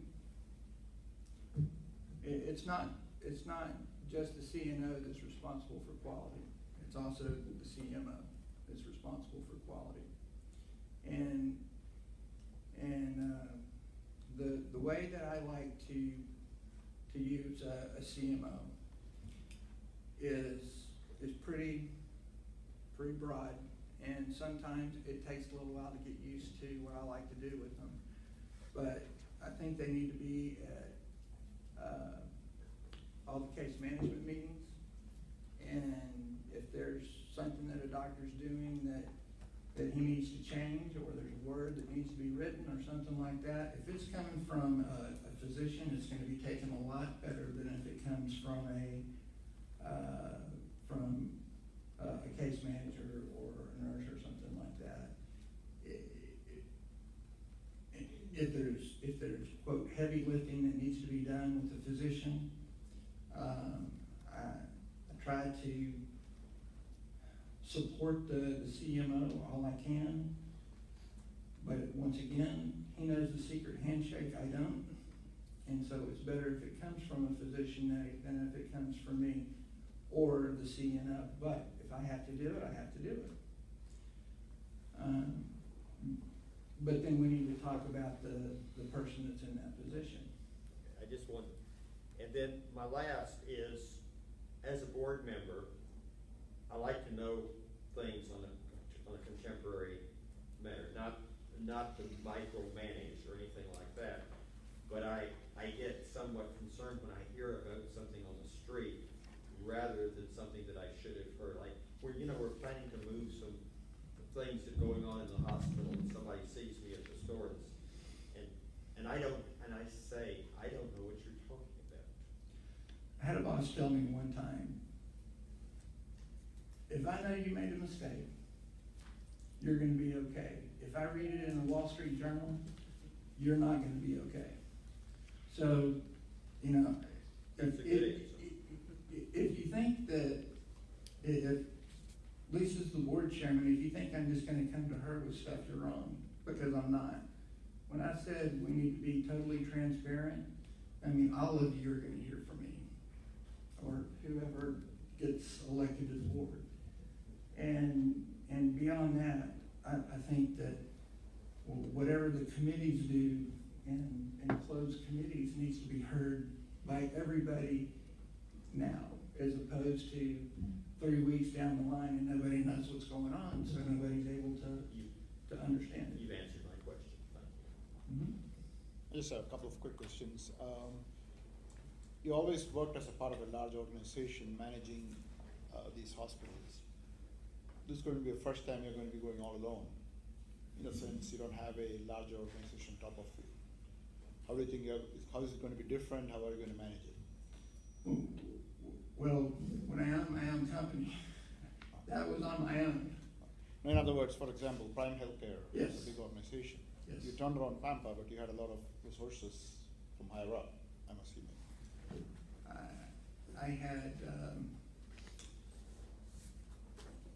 I had resources in California, and things were totally different. I was pretty much on my own out there. I mean, yeah, we had people come in occasionally, and we had employee lawyers and things like that. So that was pretty easy. But pretty much, I was on my own out there. And quite frankly, that's kind of how they run their whole system.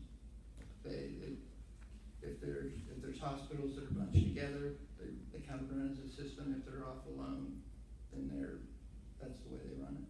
Okay. And the second question was, we had a problem with the CEOs kind of being remote, not being available in town and things like that. Obviously, small town in the middle of nowhere, we kind of hope that our CEO is local. What is your plan for that? What is your plan for being local, or what's your plan? Well, one of the reasons that I'm here is that when I came, my wife fell in love with this town. So, if this happens to be a long-term situation, then we'll move here long-term. As far as coming here on the interim, this place needs a lot of help, and I can't see me not being here 24/7, 365 to take care of it. I mean, yeah, I'm gonna probably need to go home a couple times to get stuff to bring it back. But my wife also wants to come here some in order to get, even more of a lay of the land on the community. So you don't have to worry about me not being here, but you're always here. Thank you. All right, we appreciate your answering questions. Very much. You're in the hot seat.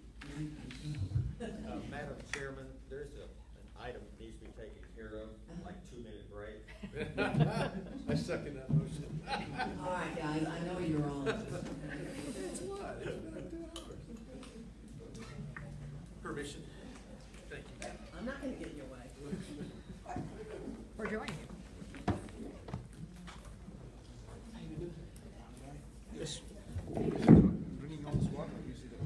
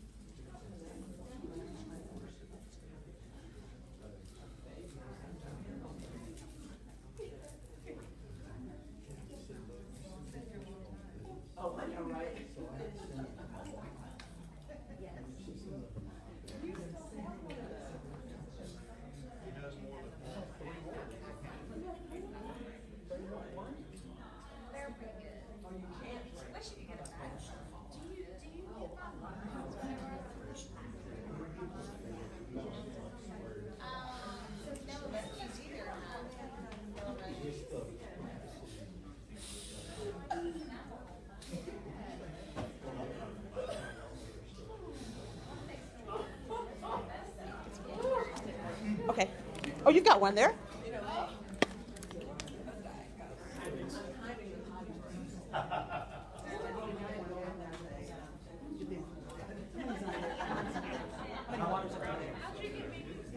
I know, right?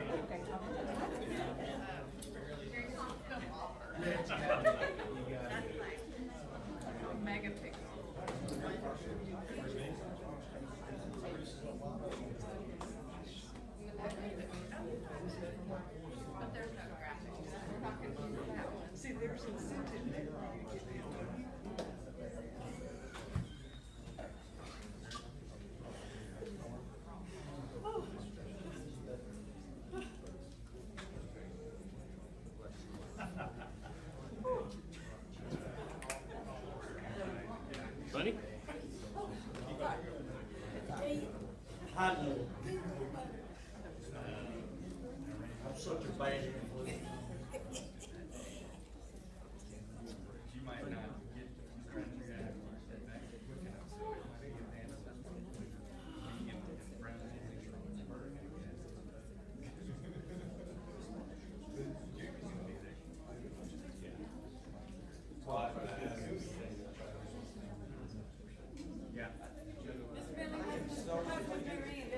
well, she's the meeting hall, you know,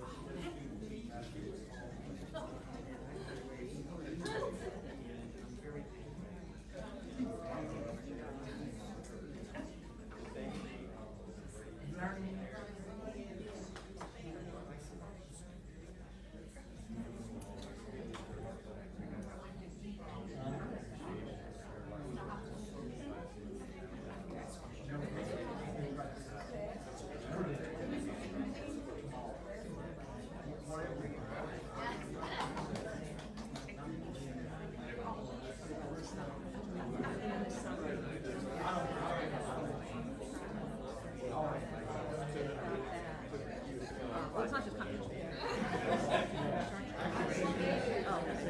got the sheet that has that on it, which includes the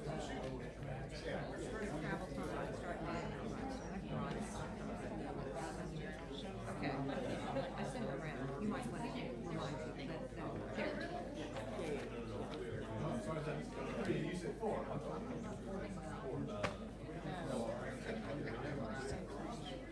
So, No, they went, 3 or 4 years ago, they went to, it's a firm-based, yeah, they both went to a firm-based Austin office, but it's based out of,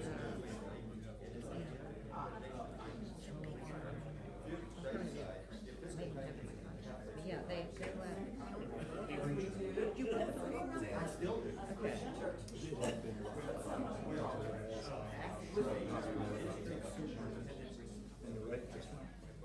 Bismeyer's still there. He's in San Antonio. He's head of sort of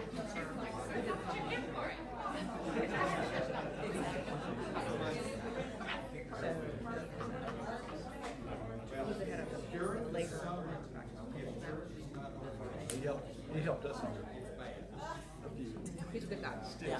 He's a good guy. I was gonna say, you had that jury. You know, Thanks for an interesting process.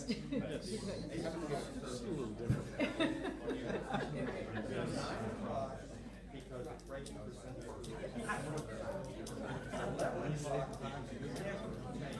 attended by old people. It's a long All the family and all that fun stuff. Exactly. Oh, I know. Y'all go on. Y'all go on. They can go on. Lots of energy. Lots of energy. All right.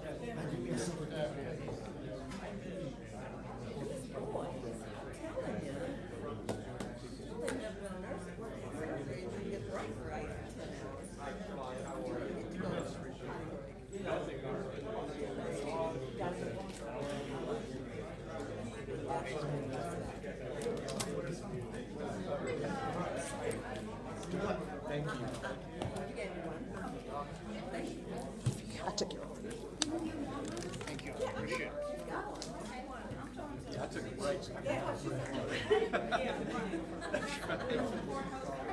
All right.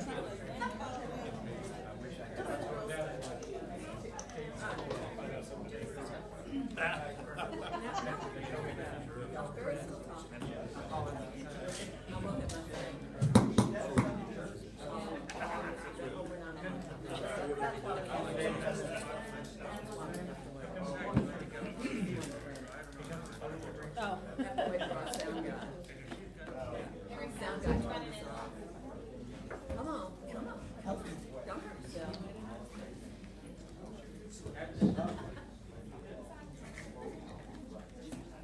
Are we on? We're on. Thank you. Calling Reverend Bentley. That reverend gets questioned. I was about to say. All right, we're ready to get started again. We have our last candidate, and this is Mr. Stephen Smith. Just to let you know, we're going to give you 5 minutes to start, and you can tell us anything you want. We have a total of 30 minutes, and there will be others that are going to have questions. And yes, Facebook says you must have the mic up close. Up close. You are live on Facebook.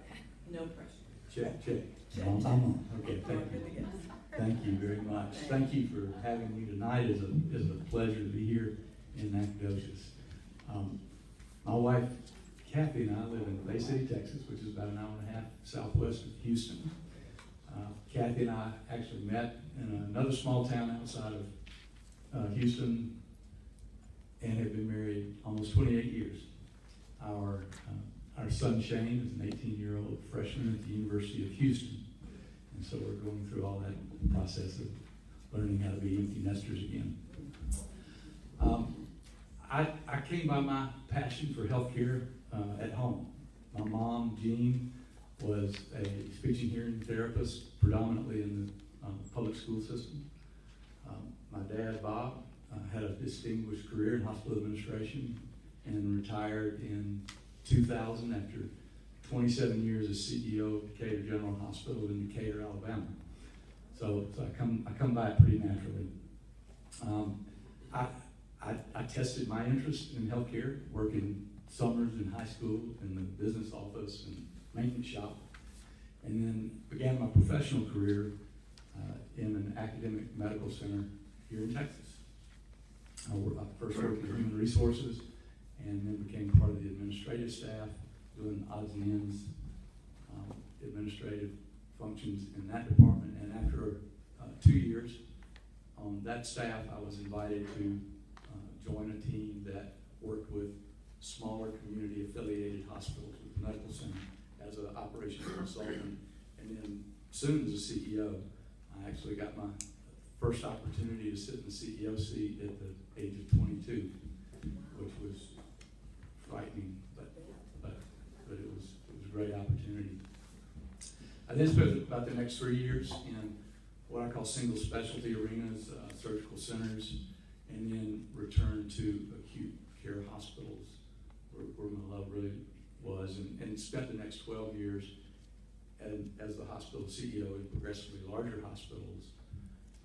My most recent position as CEO was a very personal family opportunity to move where my wife grew up, down in Matagorda County on the coast, and let our son grow up where his mom grew up. And so we spent a great 10 years down there and looking for our next opportunity. What I bring to the table in this situation is a balance of strategic and operational insight gained from the variety of my experiences. Evidence of that is restructuring of the ownership of a hospital to gain access to a better portfolio of managed care contracts that increase their EBITDA in the first year from 14 to 21%. I'll say the opportunity in another setting to lead the formation of a community-based not-for-profit operating company to restructure a struggling public hospital to gain access to capital. The result of that was the issuance of $40 million of A-rated bonds and a financial turnaround from operating loss to $6 million or 11% EBITDA in the first 3 years, and increased cash on hand 300% in those same 3 years. Finally, I just note, I've got what I call a temperate personality, and it has been a real asset for me throughout my career because of my ability to connect with people, and people from all levels, from frontline staff to senior executives to physicians. Those connections help me drive the results that I've been able to achieve in my career. And again, I thank you for inviting me and being part of this. Good, thank you. Okay, first question I have for you is, in your own words, tell us where you would start to help our hospital.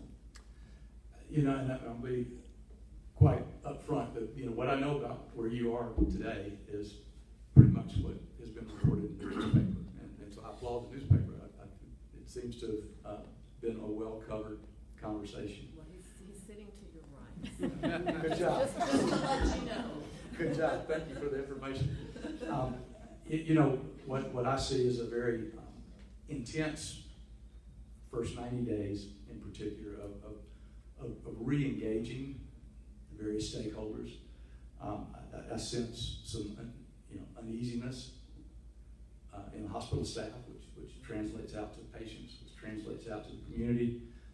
I see an opportunity to be very visible and connected in the community, to again tell that story of what we're going through.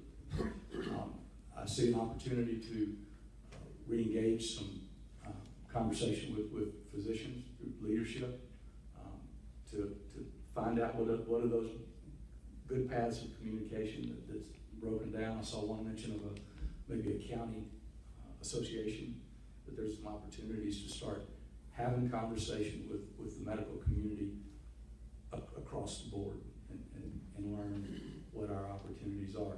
It sounds like the next 90 days is very focused on the debt restructuring, and Rhonda sounds like she gives me some hopeful news tonight that's moving in a real positive direction.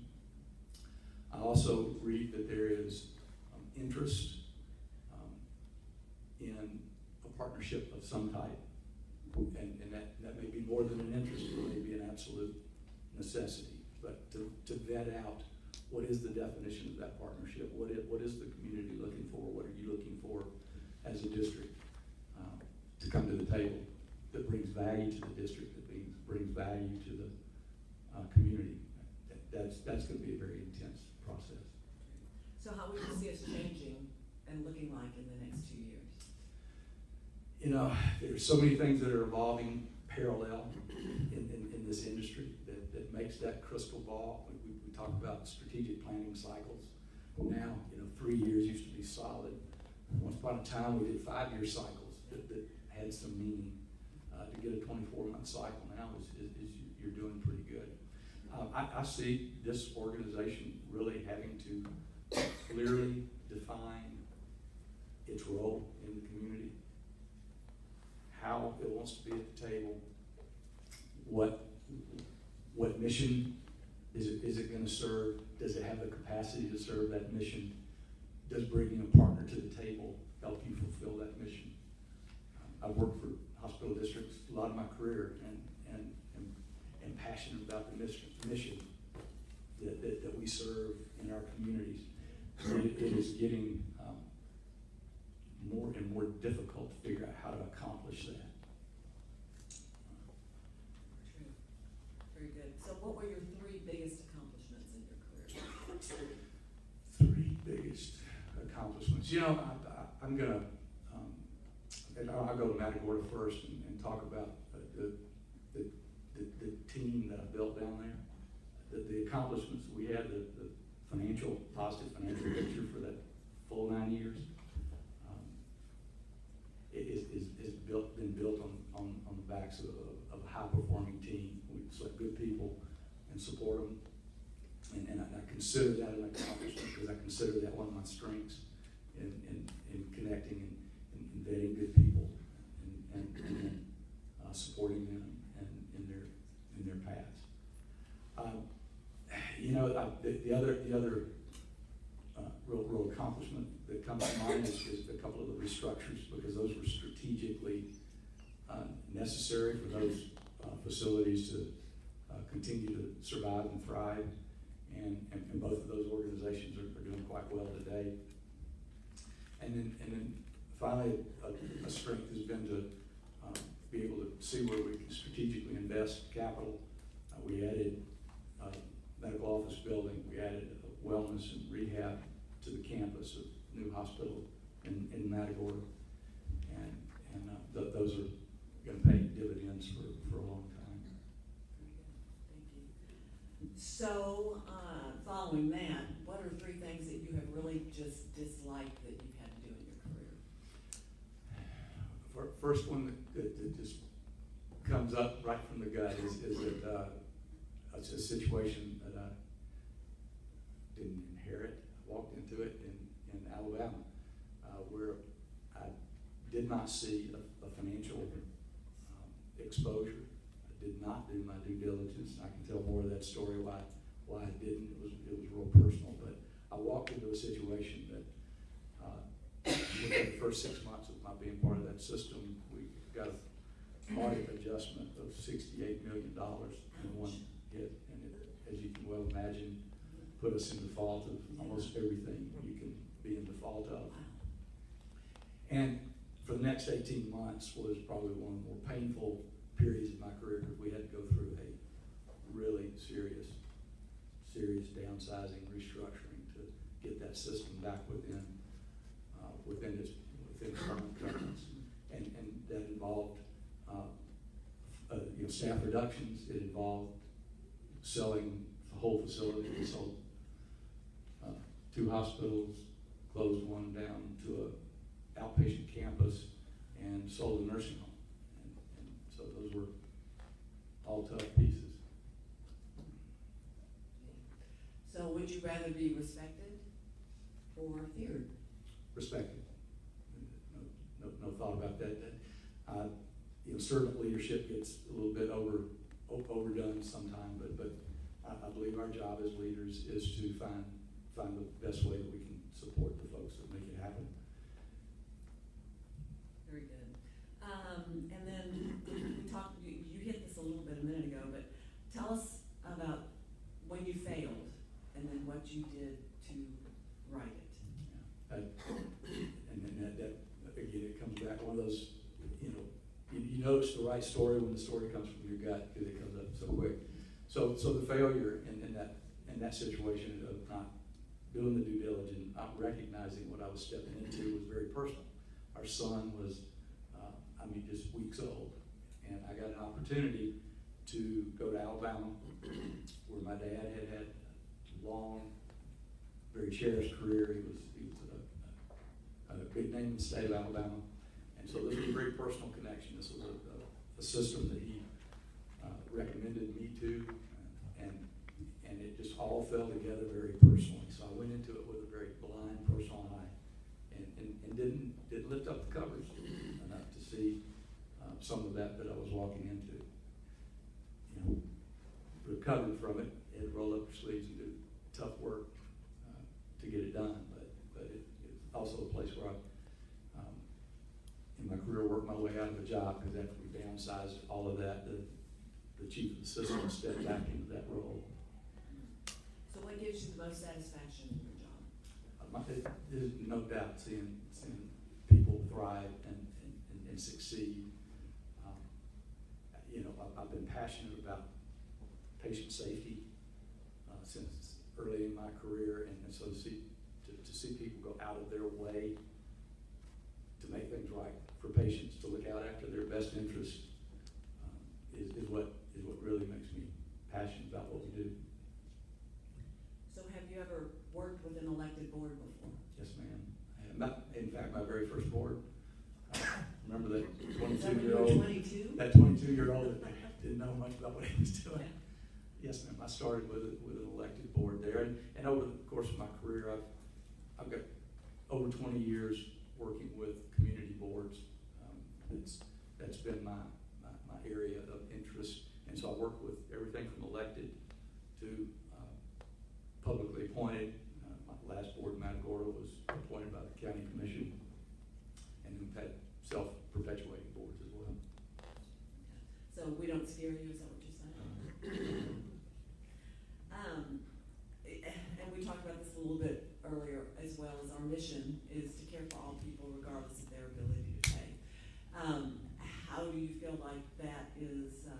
something you believe in? And then the next question, how can you make that a sustainable mission for our hospital?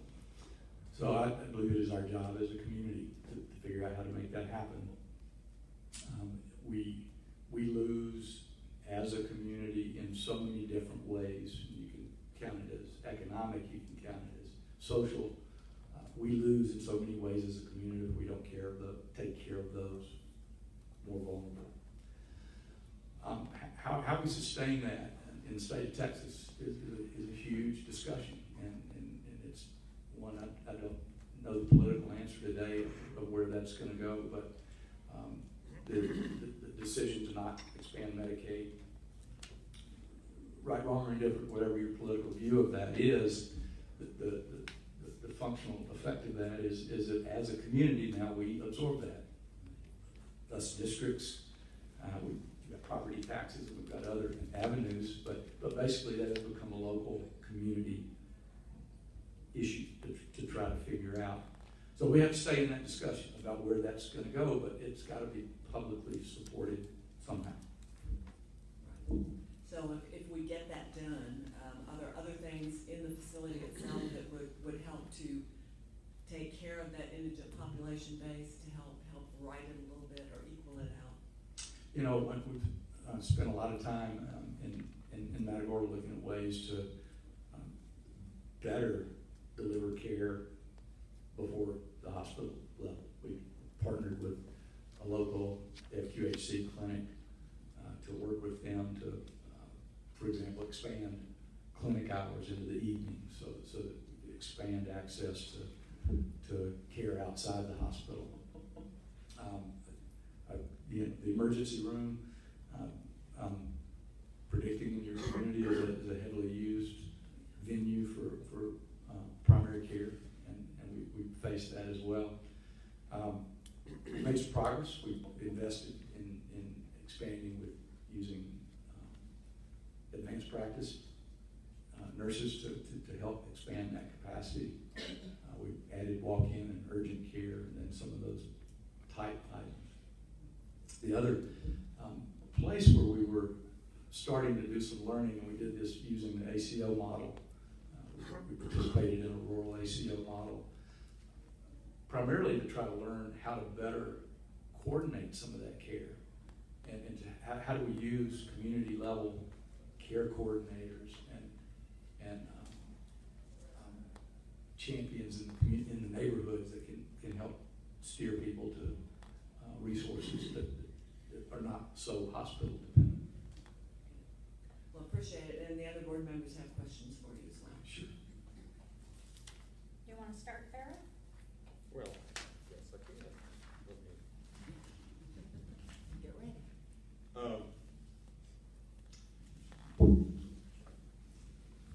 I have three questions. The first two are sort of double-parted, and then the third one is a relatively simple one. I'd like to know a little bit about your experience in directing the time and contracts with attorneys, as well as consultants, and I'm interested in documenting the cost or the value, and just what's your experience in working with this situation? Yes, sir. It's two arenas that can really pile up on you if you don't. We use spreadsheets to outline what the scope of the work is, and very specifically track the hours back to those spreadsheets. We review those with the board committees, and we budget for them, and we start understanding why we're needing to go outside of the budget arena. But both of those have to be carefully watched. And do you evaluate the results? Yes, sir. Yes, sir. We look, depending if you can nail it down this type, but we really try to look for a return on investment. That was my question. Yes, sir. Okay. My second question is, especially with a CNO and a CMO, as you well know, there's change in medicine that we have a CMO, and what the CMO's responsibility is. The CNO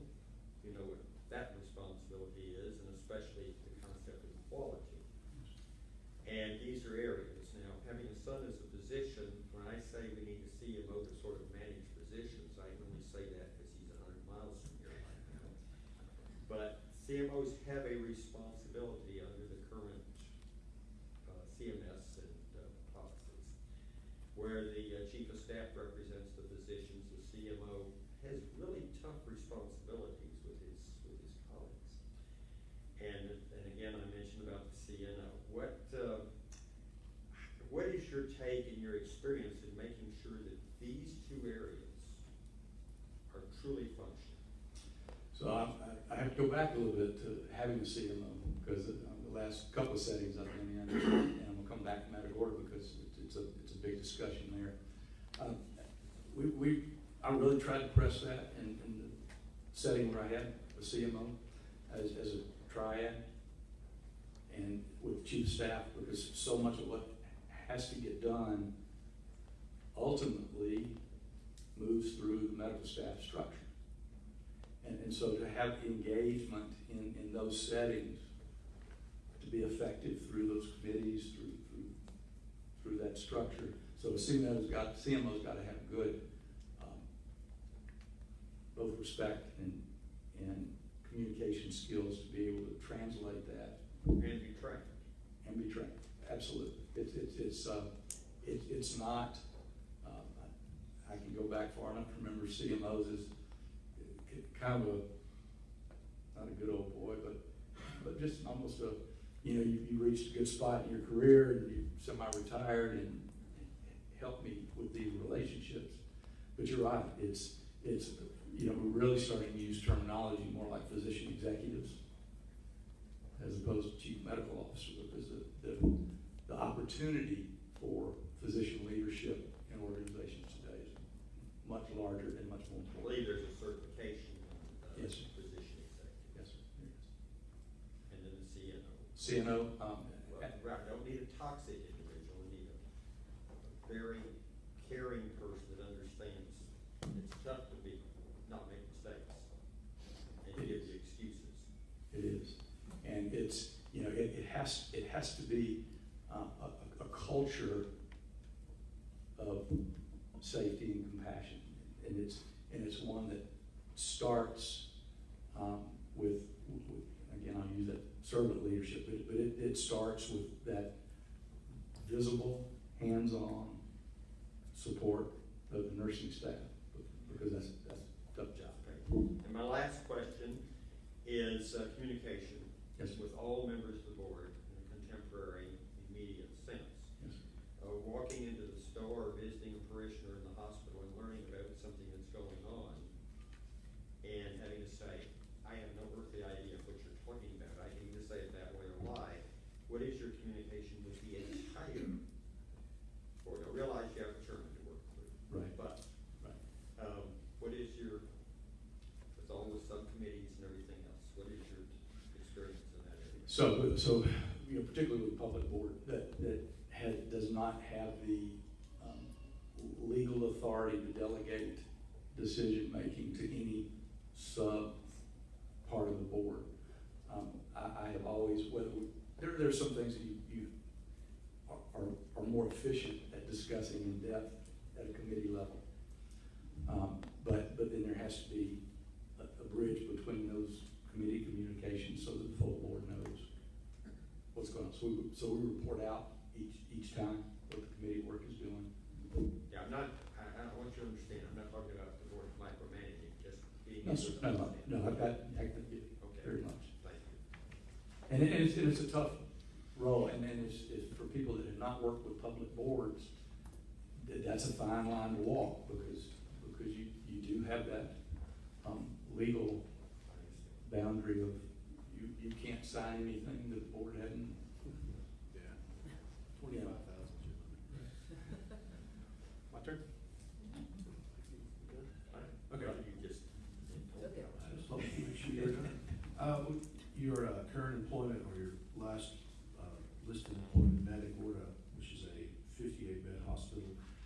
Can you tell me the relationship between Matagorda Regional Medical Center and Quorum Health Resources? Are you a partner with them, an owner? I mean, how is that structured? Are you reporting to a corporate head, or do you report to a local board in Matagorda? I mean, can you elaborate on that structure? So the Quorum Health Resources has a management, and it's a full scope management plus supporting services. So I was technically an employee of Quorum. My paycheck came from Nashville, but it was a dual reporting relationship with, under my primary reporting scope was to the board, but also had a corporate structure. So did Quorum provide any financial assistance to Magic Order, or is it strictly just a management? That was strictly managed. So no financial pockets to reach into to help you out? All right. So can you tell me more about the Texas Rural Accountable Care Organization? Can you explain it? Is that applicable to something like us in a situation? If after you explain it, if it is applicable to a hospital like us? The Texas Rural ACO was a rural model to back up the accountable care organizations that are defined by CMS manage a minimum population of 5,000 patients.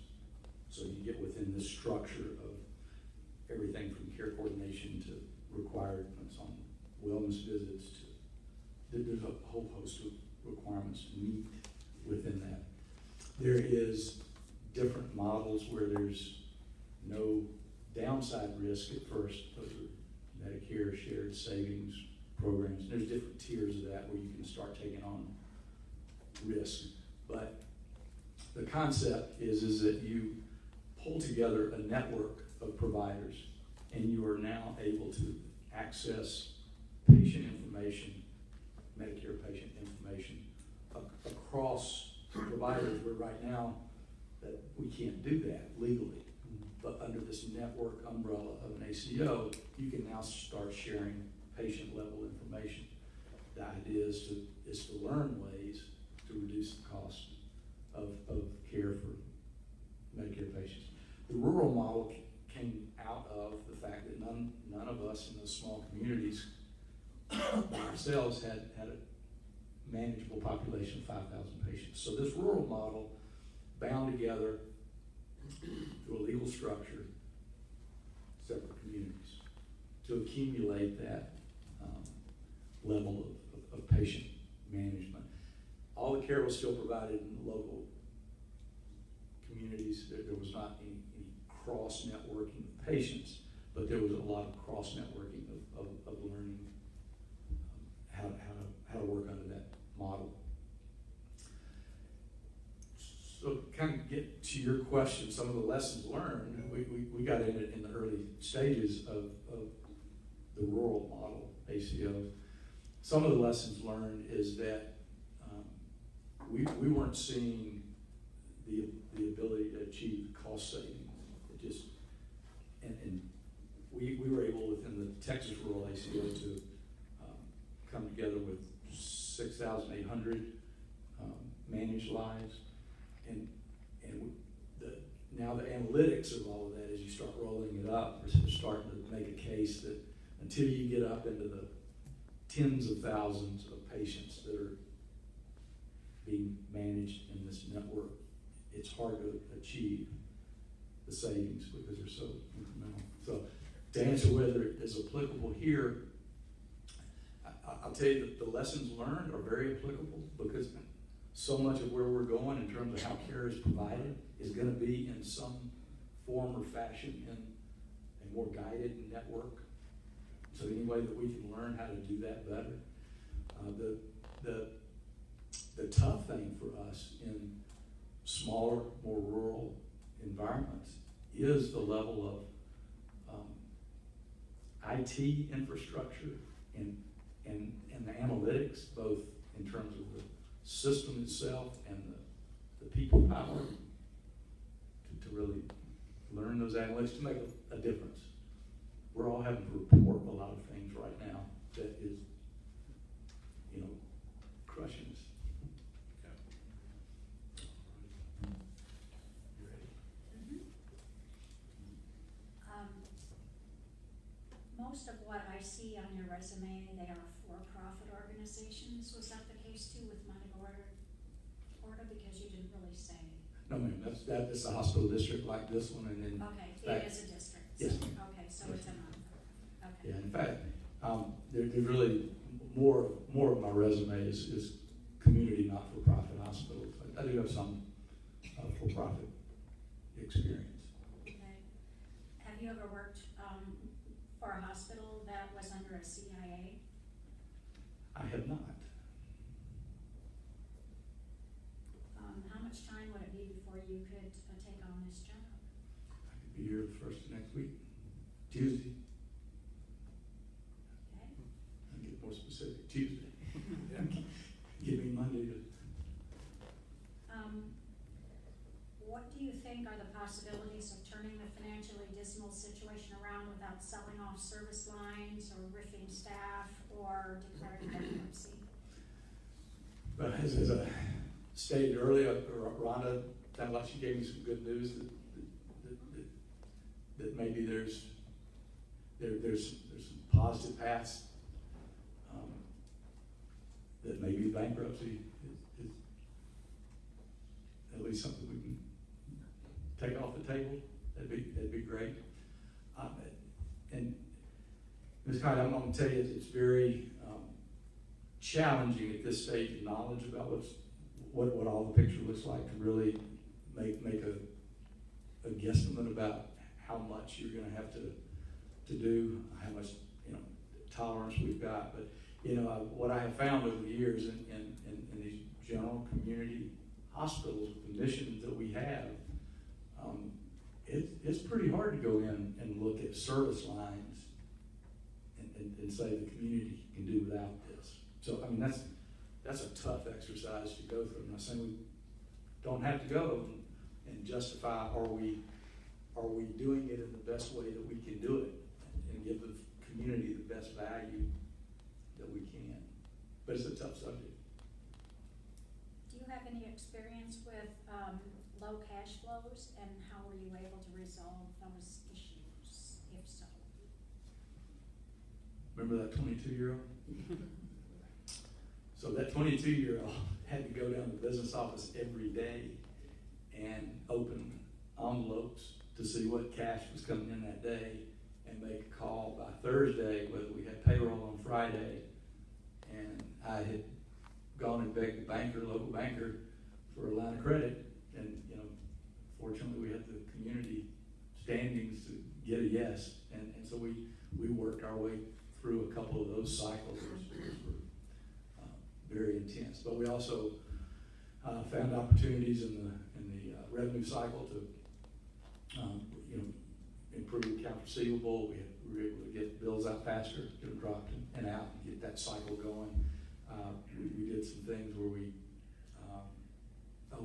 we took on older AR and sent out offer letters and pay us 20 cents on the dollar, and we'll let you we'll call your bill even. So we did everything we could to really get the cash going, and I'm proud of that one because it was young, but it was 2 years, and we turned it around from that level to at the time that district was bringing in a couple of $1 million a year in tax revenue, and it had always had to go fully to operations to keep it afloat, and we were able to start investing that $2 million into capital improvements and rebuilding the facility.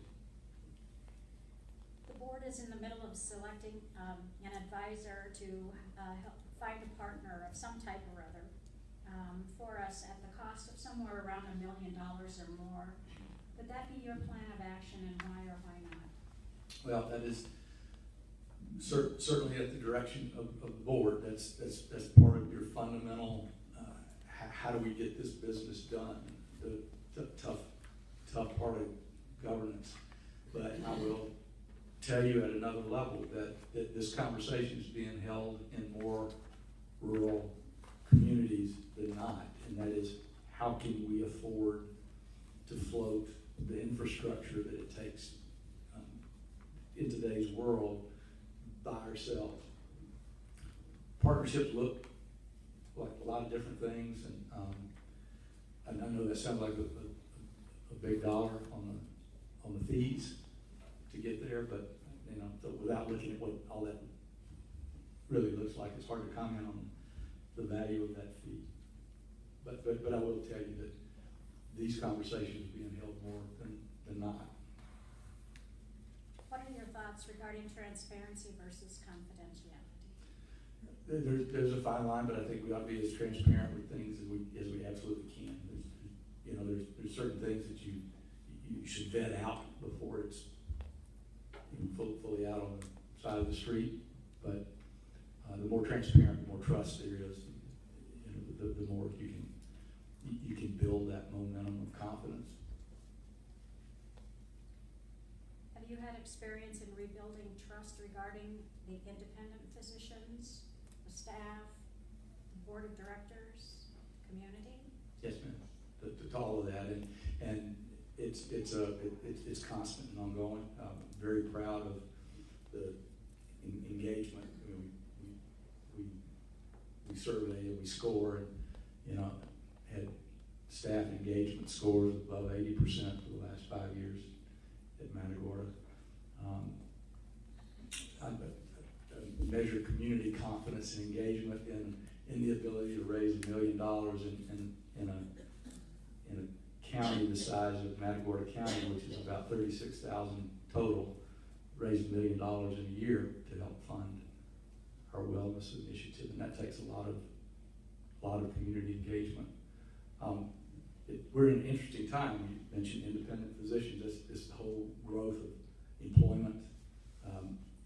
I can't tell you how many CEO tables I sit around, and that's our common discussion right now about, that's been probably one of the biggest strains I've seen in relationships between physicians and administrators in a long time. Necessary discussions, but to find avenues, and that's why I mentioned finding, getting with leaders and learning where are some opportunities to reach out and have conversations and learn what their needs are is critical. On your resume, you list Trusted Resources, LLC. Yes, ma'am. Could you explain that a little bit more? Sure. Because the information I got doesn't seem to be that it's part of healthcare. Well, it was my mid-career thought that I wanted to be an entrepreneur. I had just come off of that very exhausting turnaround at Alabama that I was telling you about earlier. And I sat back and reflected and said, this may be a time to try. Rewinding a little bit, just prior to that, the Institute of Health issued a report on To Err is Human, and really started shining a light on the grave costs of medical errors in our system. I had, like others, been frustrated with being able to get your arms around information about medical errors.